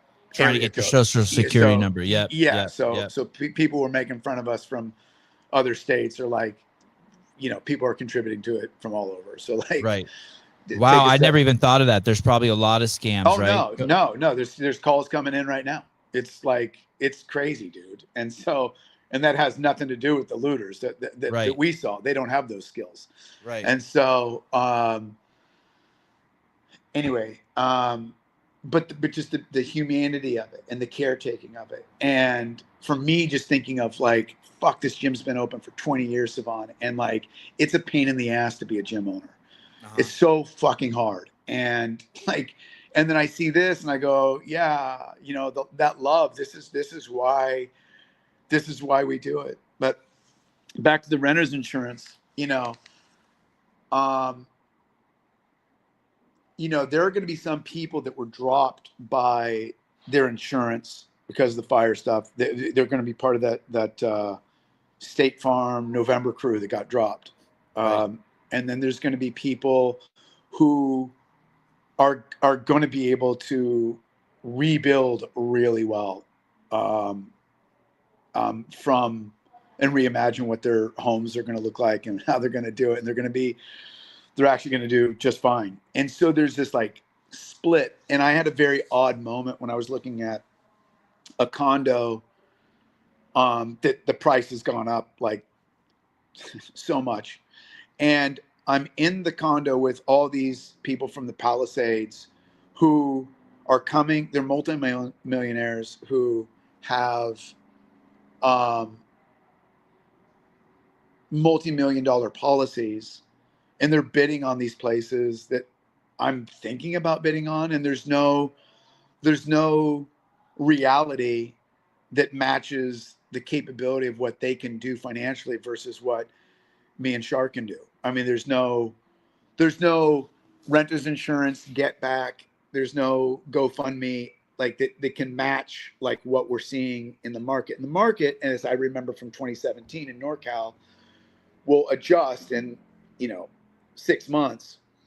But in the meantime, we're trying to figure out how to like have a stable home for the kids so they can feel somewhat normalized in the situation. So you're competing in a market that's not fair. And look, and if I had the money like these people do, I would overbid on all these homes for rent also, So what you're saying is that the fires displaced so many people that there's a scramble to get into new places, and it's caused a bidding war. In the second most expensive place in California, Right. which will now exceed the Bay Area easily. But it's kind of like tied the area that we live in. And so it's comical how expensive it is as is. What is the rent? Is it like $4,000 or $5,000 for a 2-bedroom place a month? Oh, dude, you're comical. Oh man. No. Like I looked at a 3-bedroom yesterday for $13K. Wow. And oh, by the way, if it was $5K, I wouldn't rent it. Like without any kind of emergency. You know what I mean? Like it's just not. And so this is the universe that we're in right now. And wow, that is crazy. It's wild, dude. And so we can't. And I live in California. It's hard to shock me. $13K for a 3-bedroom. Oh, bro, it's. And so for us, like our renter's insurance will cover a little bit. I'm sorting out what we had a really amazing home gym. I'm sorting out if any of that gym equipment, and there's probably the mats included and the sauna and the ice tub and all that stuff. I mean, there's probably 40, 50 worth just of stuff there. And I actually don't know if any of that's going to be covered. I'll have more clarity on that in the coming days. My suspicion is I know some of my coverages and I don't think it is. So I'm going to have to kind of sort that out. But, I mean, it's just, there's the volume of stuff that we got to sort out, dude, is a lot. And so we're trying to figure out how to, how to not, because, we want to be here for the business and keep the community open, be here for the kids' school and soccer teams and all that stuff that they're very much entrenched in and part of. And then there's just going to be a lot of upheaval also. And so, I'm unclear whether, the 30 plus people, I think the majority of them are going to, a lot of them, not a lot, but many of them have already made their way back into the gym, and like wherever they're staying, they're kind of like starting to come in a little bit. But I also don't know how many of those people are just going to be out, like gone, not part of our business. So there's like I'm unclear as to like the effect on the. Yeah, some people who lost their shit are like, "Fuck it, I'm out." Like they're moving to Mexico or Tennessee or Florida. Or they're like, "That's it, I tap." Totally. To get the floods and the hurricanes. Have you thought right? Right. I mean, have you thought about like how has it gotten pretty dark for you? Have you been like, fuck it, I'm just going to Sweden with my wife, I'm out? It's hard. My wife is Swedish, and Sweden's like remarkably stable, and it's just it's a calmer. The volume is way down in Sweden, broadly speaking. I mean, look, there's like the same politicization that is happening all over the world there. but it's just a calmer place. Right. And you know, my kids are bilingual, and you know, the challenge for me is that I love this community. I am so, and this community has stepped up so hard for us as a family. I don't want to leave that, and my wife doesn't want to leave that, and we're torn. Like, it's this family thing of like, man, we want, like any parent, you want your best for your kids, and like, how do you determine that? What's best for your kids? Like, working through something as a community and learning resilience, or like not having these like these brutal stressors from a financial perspective and from a like quite literally an existential perspective, like Sweden, you know. And then and then the other truth of the matter is that, like, depending on what happens in Ukraine, like Putin's next target is literally Sweden. So that's a thing that we have to, like, if I'm just thinking of like realpolitik, as Kissinger used to say, like, you know, what are you taking into consideration? It's like, well, what does Putin want? And he wants Gotland, which is the big island. It's a big naval command island that Sweden has, and it's perfect. If he has that, he runs the Baltic. And so you don't want to go from Santa Rosa to LA to Putin land. No. To war. You don't want to go from fire to fire to war. No. And it's like, and if Ukraine goes, like, Sweden's next. And so, and that's like their military understands that that's what's happening. And so it's why, you know, Sweden's presence in NATO and NATO's help is like really critical at this point. But like, and also why I'm vested in like Ukraine not fucking going. So do you love that? Do you love California? Do you like living in California? I fucking love California. Me too. Me too. People are always like, why don't you leave? I'm like, fuck that. I love it. I fucking love it, dude. Yeah, I mean, I look, love it too. I'm looking out the window and I can see, if I just move, I can see like a very brown hill that once was tree covered. But I'm also looking out a window and seeing palm trees, and I see blue sky, and it's December, and I could be, you know, I'm in a jacket right now, but I could be in shorts if I had to, you know what I mean? Right, right. And my son said to me, like, I took him out. We went to the beach a few times last week, and he's just like, he's building a sandcastle, and he just says to me, he's like, Daddy, I love the beach. And he's just making a sand, and like, and just watching the boys, like, the waves are the most instinctual playmate I've ever seen for children. And I have 4, 3 of which play with the ocean. They just go, and a wave comes and they run, and a wave goes out and they run to it, and the wave comes and then they build sand stuff, and then they try to catch the little crabs that digs them in a hole. And it's like for hours. No video screen is as amazing as that. And you know, I've got so many friends from all over that say the same thing that you do. It's like they see or hear one thing, and it's like, dude, California is everything. It's everything. It's amazing. And yes, there's earthquakes, and yes, there's fires, and yes, it's traumatic, and yes, it's violent, but we have deserts and beaches and mountains and trees and communities and people that think differently, and that's amazing. It's not homogenized, and it's like, it allows you to think in a lot of different ways and look at things a lot of different ways. You can grow anything. That's my favorite part. You can grow anything. Like, I can grow anything. Yeah. Anything. Yeah.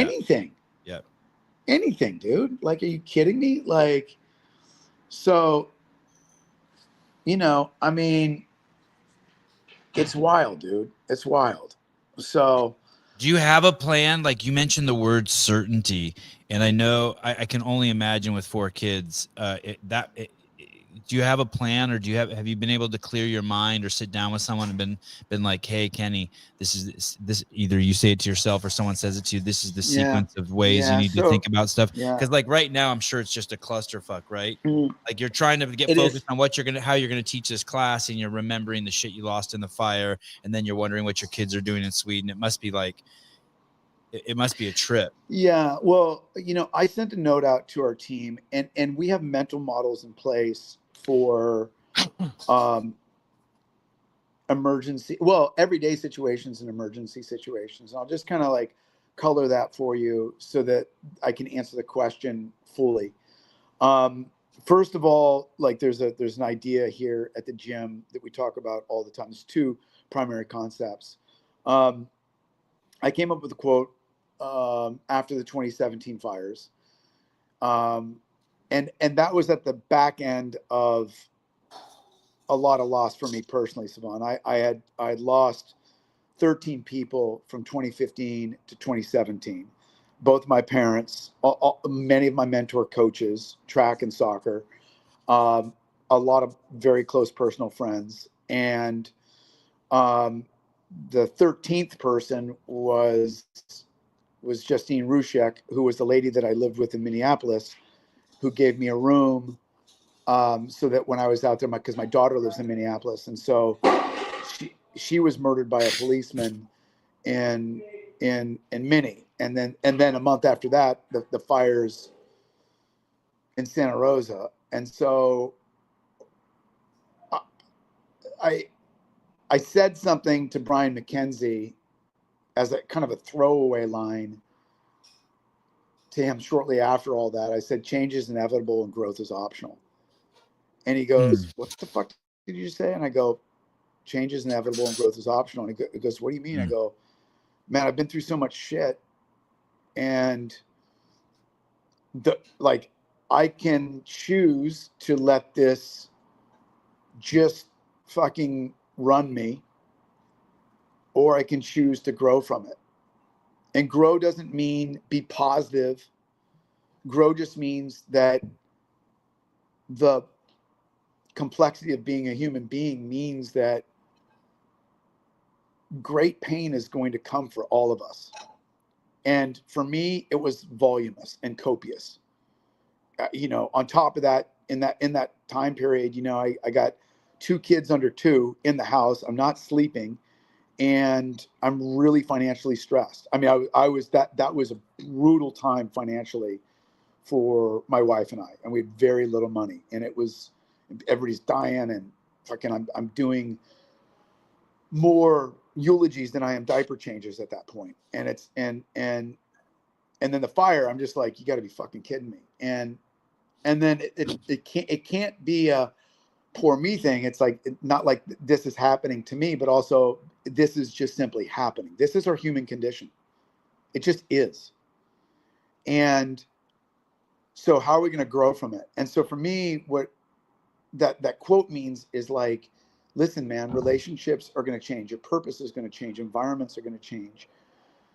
In environments like this one, the fires, well, that changes your environment, and that changes your relationships. But how do you grow through that adversity? And the more conscious you are about what that means, the more that you can use it to be quite literally a stronger human being. And so that's fundamental to the coaching that we do here at Oak Park, because nestled into like our larger message is something that Mark Devine taught me, is that the world is volatile, uncertain, complex, and ambiguous. And the more that you can get with that. And so that parallels my personal experience, but it also is like, right. So just get with that. And so when it's gnarly, choose to be available to the cut. And so we do a lot of like mental skills development. And I'll just segue that into, what am I thinking? Well, I mentioned the word certainty earlier. And I think that this human condition of seeking certainty, and people freak the fuck out in moments of crisis and go, this is what we got to do, this is what we got to do. And part of that is necessary, because you need people who are saying, get in the boat, the house is on fire, quite literally. You got to get away. So you need people like that. And at the same time, there's some times where you need to go, no, right now we need to exercise some flexibility. And so those are yin and yang characteristics, right? You got certainty and you got flexibility. They're opposite ends of the spectrum, but both are necessary in moments like this. And so we use it for the development of my coaches. We work with a mental skills coach, and we have this model that looks at stress induction. And so when people get stressed, there's 4 different animalistic approaches. So just if you look at when it gets cold, beavers build. So those are all the people that are like, this is what we got to do right now. Birds migrate. They get together in large groups of people and they go, hey, I need my people. We got to go to this place. Let's go to this place. It's warmer. Bison tough it out and tolerate. They grow their fur and they go, I'm going to stand right the fuck here and like just be tough in this motherfucker. Bears hibernate. They're like, dude, don't talk to me. I need to go take a nap. And if you think about that, each one of those approaches is perfectly appropriate to the cold. Mm. But we as humans relate to each other in the way that we bias our stress response. Mm. Mm. So we'll get pissed in stressful moments. A bird will get pissed at a bear, like, why the fuck are you taking a nap? And the bear's like, why the fuck are you yelling at me right now? Tell me to go somewhere. Yeah. And so, and the truth, Savon, is that everybody's right based on their biology. And okay. these are baked in biological stress responses. And so my coaching to our team is like, listen, our community is going to be all over the place. Everybody's going to be representative of this wheel that I just described. And we have to understand that some people are going to want flexibility. So for those people, come in whenever you want, man. Just like get on the bike and just move for a little bit. Other people are going to want certainty. Like, is class happening at 6? And are we lifting or are we breathing in the smoky air with some Metcon? Like, you know what, man? We can do both. And you can choose to do which one is best for you. And so we're just approaching it from that vantage point. So we have tools to not just go, here's the programming today. Our tools are advanced to handle this conversation. They're not, this is the programming. Yes, the gym's open. It's not open, whatever. It's like, it's a little bit more than that. And, you know, for us, executing on that as a business is one thing. Executing on that for us as a family. So like, you know, how does that? Yeah, could I interrupt for a second? That's the part. Sorry, Kenny. That's so like I can just go on autopilot, right? Yep. Like probably you could too, like or you could have. You know what I mean? So like I can wake up, I can do my podcast, I can grab my kids, I can go to the skate park, then I can take them to swimming, then I can come home, I can make love to my wife, and I could go to sleep. And then I wake up in the morning and I pay my PG&E bill from the YouTube money I made, and then I do the same thing over and over. All of a sudden your whole shit's been just like all your autopilot. You know what I mean? Like you have nowhere to. Yeah. You have nowhere to go on autopilot. You have nowhere to do your loop, and it like all of a sudden in 24 hours your whole shit's like everything's different. You have no day. Like how do you and then so I'm trying to figure out like how do you figure out, are you like, okay, I'm going to build this loop first, which is shelter for my kids, or like how do you know how to get back into your life? Yeah. How do you do that? Well, what I've learned from the past is that I have some very concretized habits. One is that I have 3 basic practices that are like personal and fundamental that are doable basically in a lot of different situations. Okay. One is that I have a breath practice. One is that I have a writing practice. I've been writing for next to 30 years. So every morning, I read The Artist's Way in the 90s, and I started writing in 1995, and I haven't stopped. Regretfully, every notebook that I wrote since 1995 is now burned. Holy shit. Wait, tell me the name of the book again. I remember someone gave me that book. What was the name of it? Jim Jordan gave me that book. Yeah, it's called The Artist's Way. The Artist's Way. The Artist's Way. And I have clients read it. I have my men's group read it. Because it's an essential, it's an ancient practice. Like if you write daily, it's an intended creation / reflection practice. And like fundamentally, those are human things. If you create and if you reflect, those are innate in humans. And I think that a lot of humans aren't reflecting right now, which is causing a lot of our antagonism towards one another. And also people are frustrated from a creative vantage point. And so just ventilating that which is inside of you from something that's been around for thousands of years doesn't need, Andrew Huberman to do it, to research anything on it. It's like we've known this for millennia. Well said. And so what was the third one? Breathing, writing, reading, and a physical practice. So have you ever read Siddhartha by of course. Yeah, so he and those he had his three things: breathing, fasting, and resting. Yeah. And so baked into this, resting is like, also part of, we look at the pillars of CrossFit, the pillars of fitness. Like there's other things, but and the other things that I would add to this is like community. So the first thing that, I got in, the first workout I got in, I came in and I did, some pull-ups on Thursday, and then I came back in on Sunday with the class, and there was another guy whose house burnt down, and the two of us started in with the Sunday morning class, and we just started crying, and it was somatic, and we cried for, I don't know, I cried for probably 15 minutes in the beginning of the workout, and I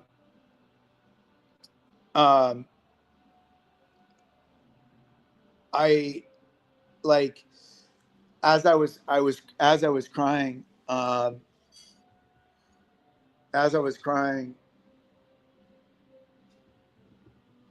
like it just, I was crying because this community was taking care of Jonathan and me. The energy of the people, like it's not, and just the movement, and the movement itself started to move that like just fucking trauma out of my body, and I need that physicality. And I think, if I'm being honest, I think a lot of people who are attracted to CrossFit have just so much trauma, and they're using the CrossFit as a way to like ventilate it. I also think a lot of people still haven't dealt with it. I agree 100%. I think a lot of people level. use I think CrossFit attracts a lot of people who are managing their trauma for sure. Yeah, which is great. I also feel like we need to like start to elevate like how that conversation looks, broadly speaking. Like how do we get into that part of the thing? But yeah, so as I'm decision making, I'm thinking about these tools. Like, so I got my notebook. I thank God I have my backpack, because I got, I have one fucking notebook left, and it's the one that I've been using recently. And I get a little morning dose in there. I do a little bit of breath work, and I have my physical practice, and I have my community. And those things are what I'm really thinking about right now is I'm thinking about two things, like what I got to do for me and my family, and what I need to do as a leader for our community. And the conversation I'm really trying to get in front of for our community is like, guys, this gym handles 80% of the conversation. So no matter where you're landing, because we have a lot of like people that have survived, like some version of survivor's guilt in our community. Like they feel worse than we do. And it's like it's not that they're projecting them, but they're going through so much, like having a home, they have a place to go to, and they don't have to fundraise, and they don't have to do any.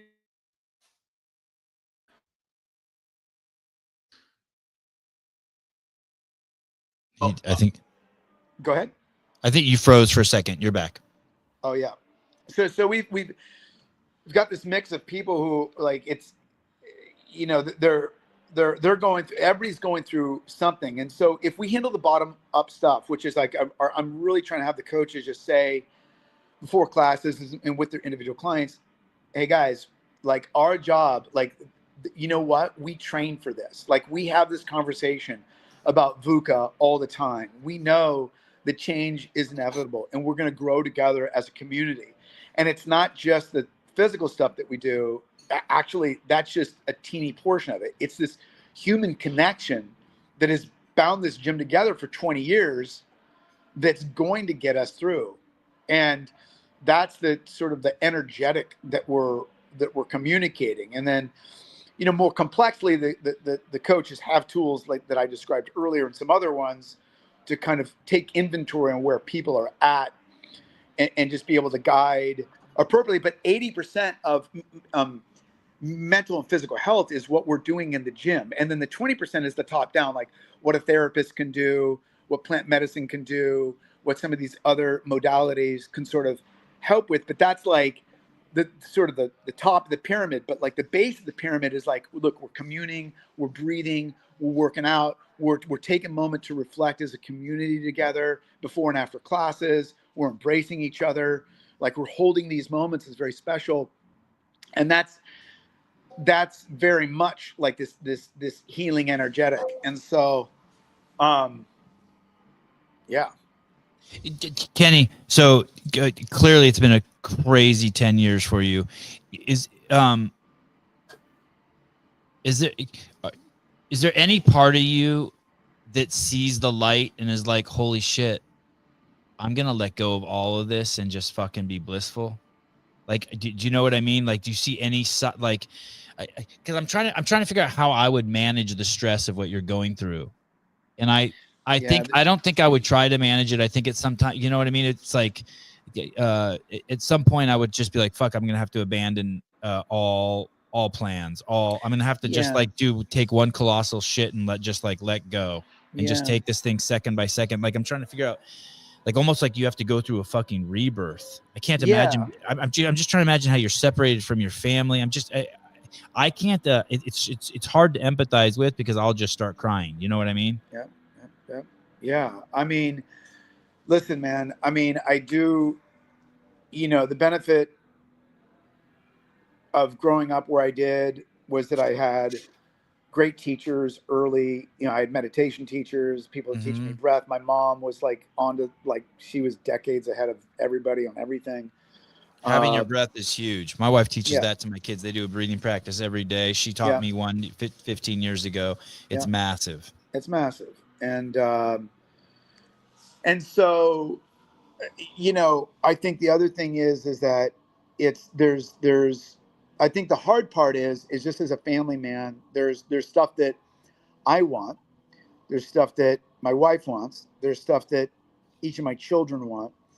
And so there's that holistic part of you that's like looking at that which you're primarily responsible for in totality and trying to balance that as a leader. I mean, that's the,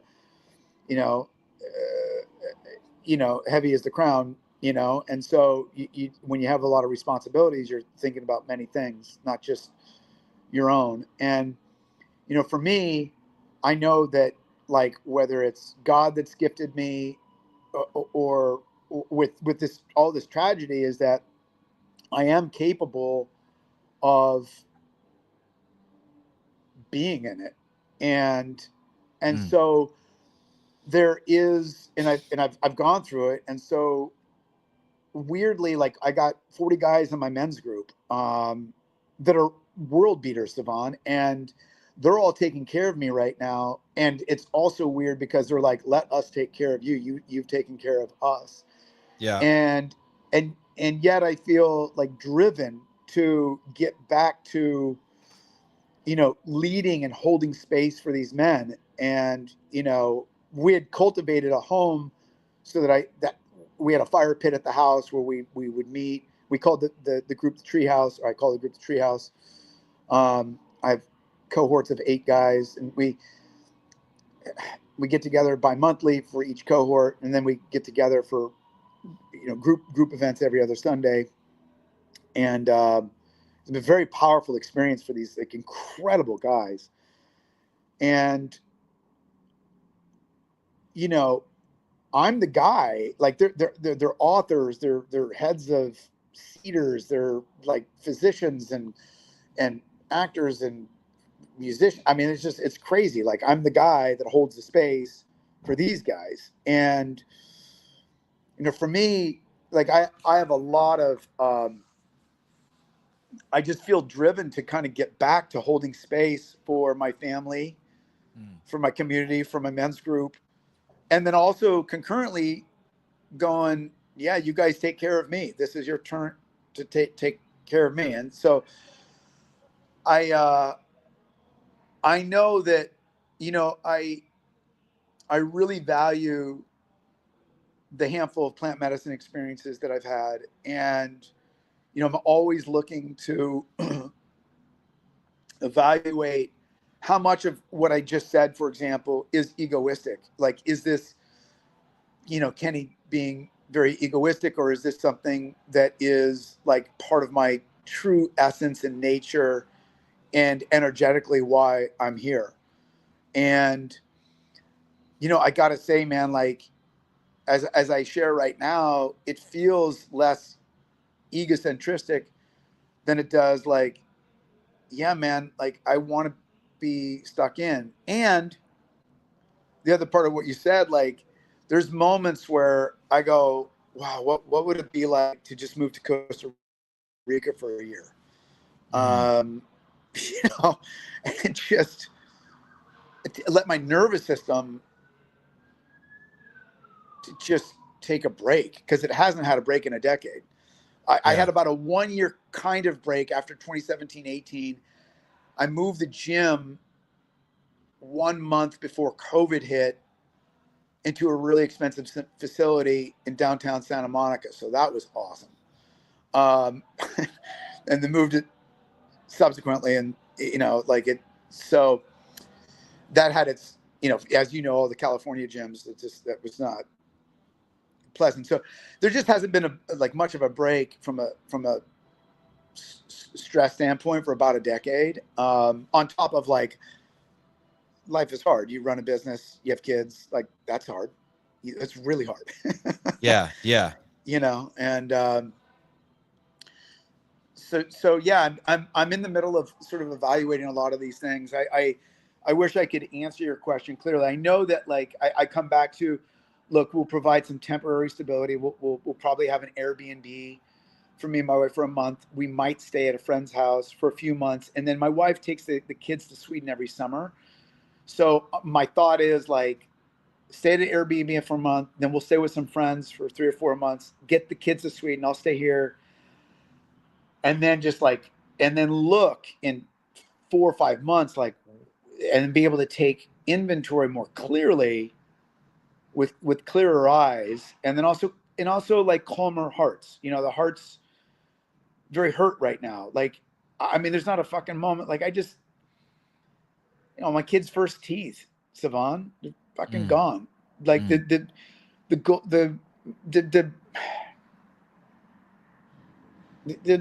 drawings.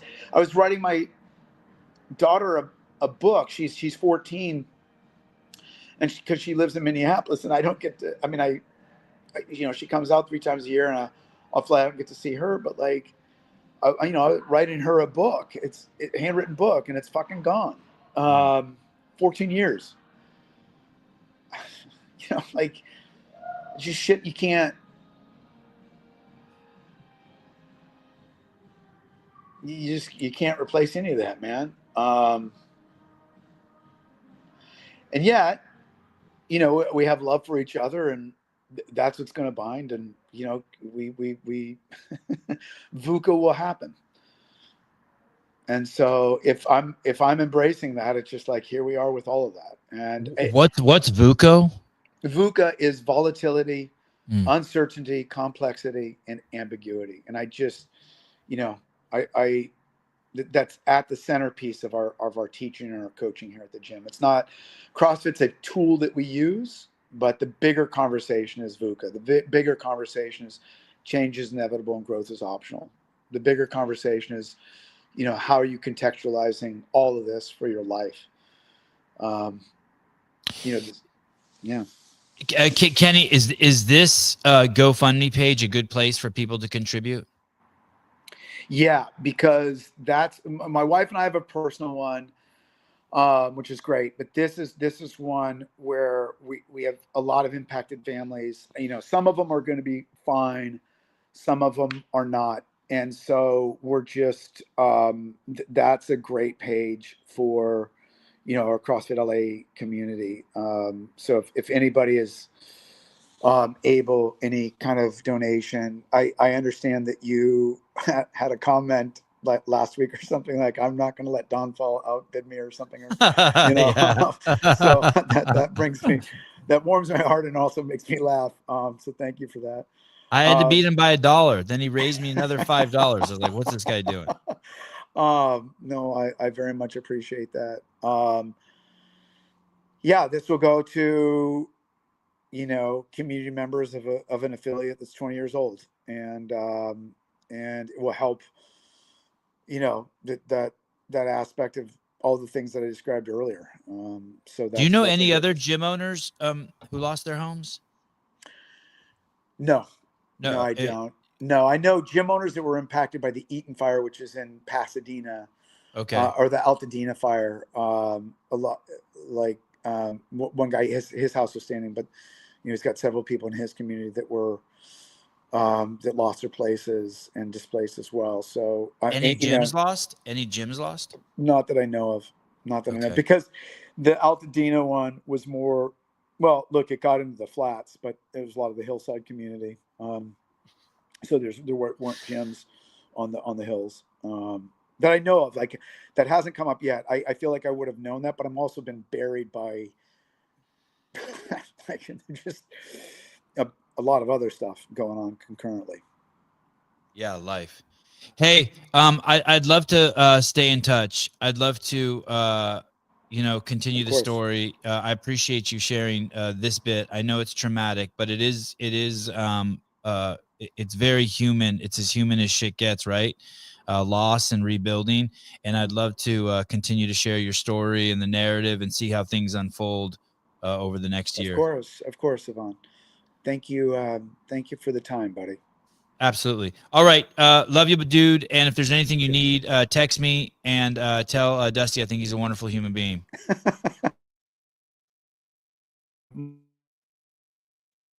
Oh, and you broke up. Well, that's a good time with a good smile. Yeah. All right. Talk to you soon. Okay, Bye. bud. Kenny Kane, Oak Park. Wild. I don't even know how to process. Felt my tear ducts turn on a few times. Man, the kid stuff. Here's the link to the GoFundMe page, and I have to pee, but I'll be back in just a second.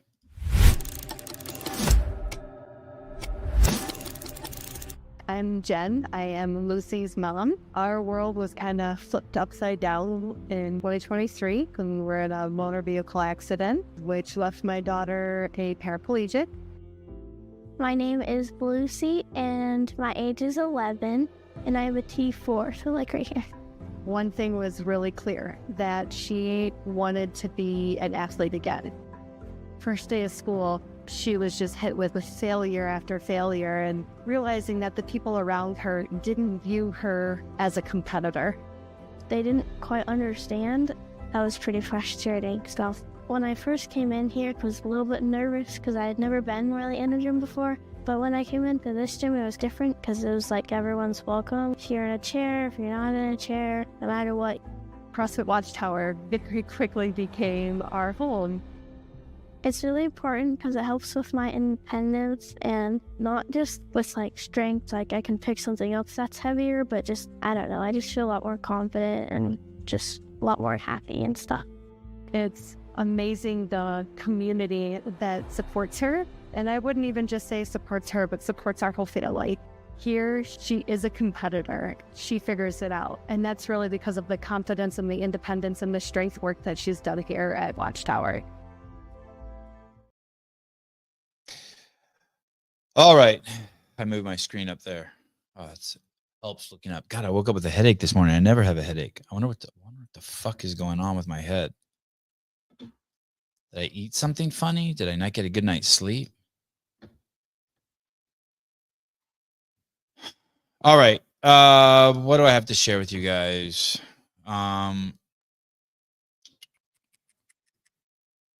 What's today? Today, Wednesday? Someone left the cap off the Matuthian. What is what's today? Is today Wednesday? Let's see what's going on with this cap. Do you know what today is, Haley? Okay, so tomorrow morning, Blair Morrison and Ben Alderman will be on. Friday, it looks like we will be doing a live show from Iowa, showing Colton doing one of the NorCal qualifiers. Don't tell anyone. That's not 100% certain, but I think we're really close. And then on the 20th, I want to do a watch party. I'm going to try to get Dale Saran on for the inauguration. You guys all know Dale Saran. Dale is the attorney who has the largest class action lawsuit against the United States government on behalf of military personnel who were kicked out of the military. Christian, you said my voice was loud earlier. Is it because is it better now? I'm not putting my mouth close to the mic. I'm not used to using this Amazon $40 mic. By the way, if anyone needs a good podcast mic, I haven't got any complaints about this. I could drive to Iowa. I don't know if it's when I say live, I'm not going there. I'm just saying, like, we're going to set up a camera there and he's going to do one of the events. It should be fun. We got a couple things in the works to do with Colton. I'm excited. What else? And then I'm on the road. We got a lot of guests in the works, but I'm on the road. I hate doing guests when I'm on the road. Did you see what happened to Christian Harris? No. What happened to him? Should I look it up here? Where do I look? Tell me where to look. Is he okay? I saw Jessica Schwartz got in a motorcycle accident, got fucked up. Real good.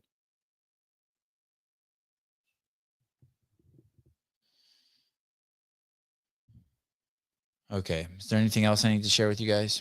The podcast Pedro did with the training think tank guy, the Superman looking dude, Sam Quant looking dude, Brainan. That was a good podcast. At least I watched the first half hour. I thought it was great. He's going to be focused on training masters athletes, which is pretty cool.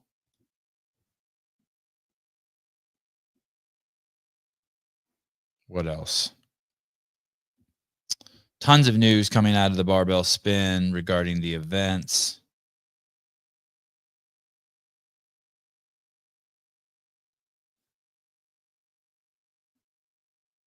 All right.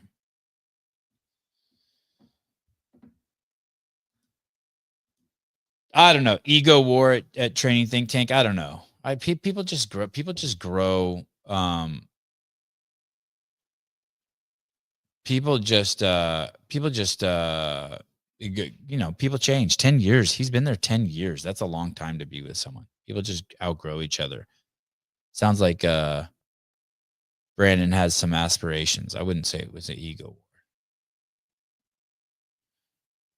war. Jerry Birchfield, Sevon, does Matuthian have hydroxyapatite as a remineralizer or just diatomaceous earth? It has, God, what is that word? It does not have the what's that clay? It's a clay. There's a clay in there. What was it? A bentonite? Oh, my wife told me bentonite. You tell me what that is. Grant, you were super loud on your podcast. It was breaking my eardrums anytime you talk. Am I too loud now? Pat Lang, Hiller's my hero now. Folo in the sauna, Raptus in the hot tub. Guy's a legend. Raptus in the hot tub was awesome. That was pretty funny.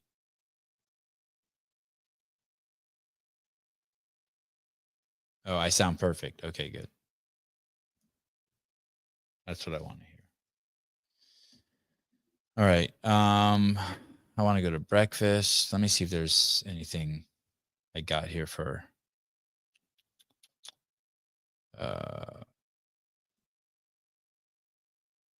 Okay, I finally watched. I got to do a show. I finally watched yesterday.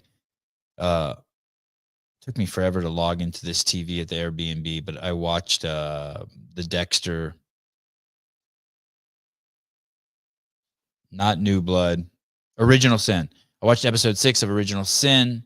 So maybe Hiller and I will do a Binge Bros show tonight. So he usually updates people on his Instagram when we're going to do those. If you're interested in doing those. Oh, okay. You guys want to have a conversation? Okay. Here we go. Remember yesterday we were talking about I think it was Sean Lenderman brought it up. He was basically saying something along the lines of, why is it okay to shoot someone, take someone's life if they took your personal property, right? Well, how about this one? I saw this one yesterday. Was it you, Sean, who came up with that? How about this? Listen to this right here. Source is telling us a man attempted to steal a car when the owner was using an ATM. What an idiot. The car owner is a licensed gun owner as well and fired a shot at the suspected car thief, striking him once in the head. What? That man is in extremely critical condition at this hour. And What an idiot. Oh, what a loser. Good. Sources telling us a man attempted to steal. So someone tries to steal your car while you're at the ATM. You turn around. You shoot him. Legit? Does that guy go away? Does that guy go away for murder? Is that okay? To shoot someone who tries to steal your car? What if your baby's in the car? What if your kid's in the car? What if you're afraid when the guy drives away, he's going to hit you with the car?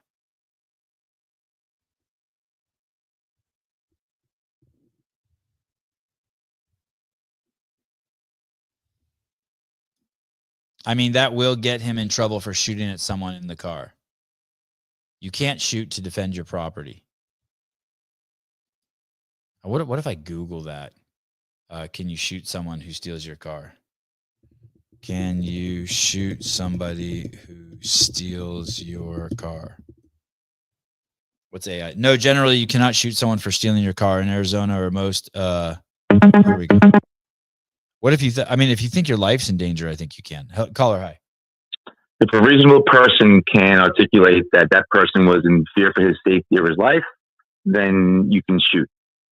But in the car, property, gotta let him go. Now, if you're in front of the car and he's about to hit you, that's a good shoot. Oh, what about, can you shoot, what if your kid's in the car? Obviously, I'm going to shoot him. Right. But I might go to jail. You can't be like, Fuck hey, that. you tried to kidnap my kid. What if you're walking down the street and someone grabs your stroller and tries to run with it? Can you shoot him? And your kid's in the stroller? Again, yeah, I'll shoot him, but I run the risk of having 12 people convict me of murder or aggravated, whatever. Aggravated murder. Isn't that crazy? There's got to be some loophole. If you fuck with someone's kid, you could be shot.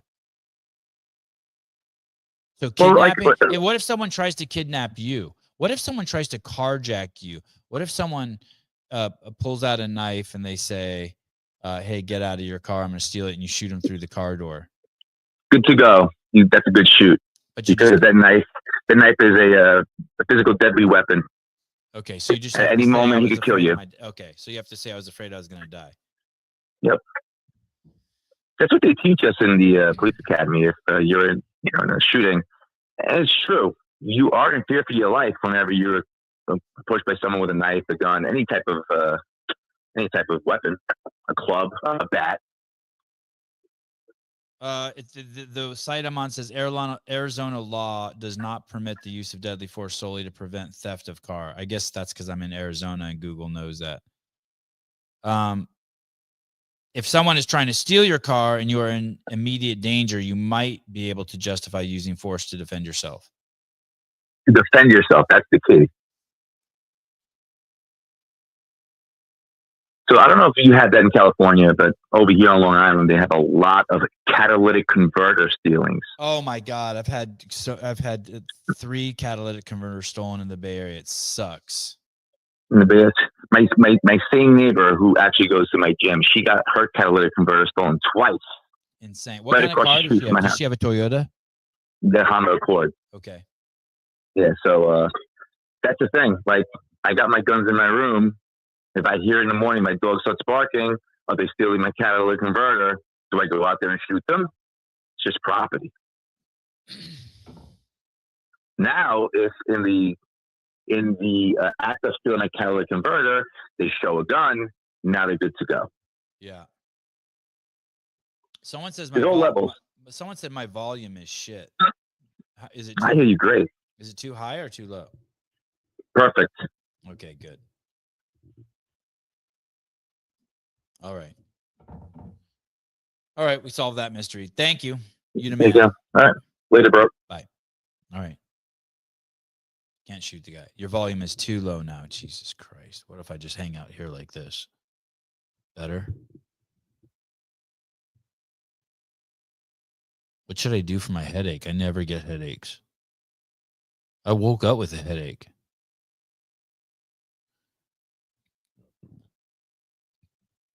I wonder if I ate something shitty yesterday or something.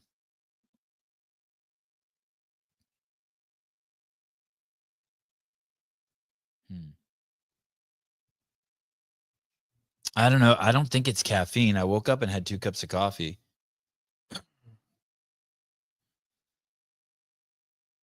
All right. Thanks for hanging. Fun show. I like having multiple guests on one show.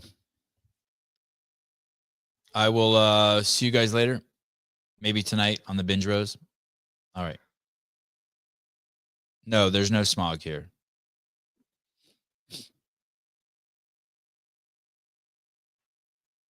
All right. Bye-bye.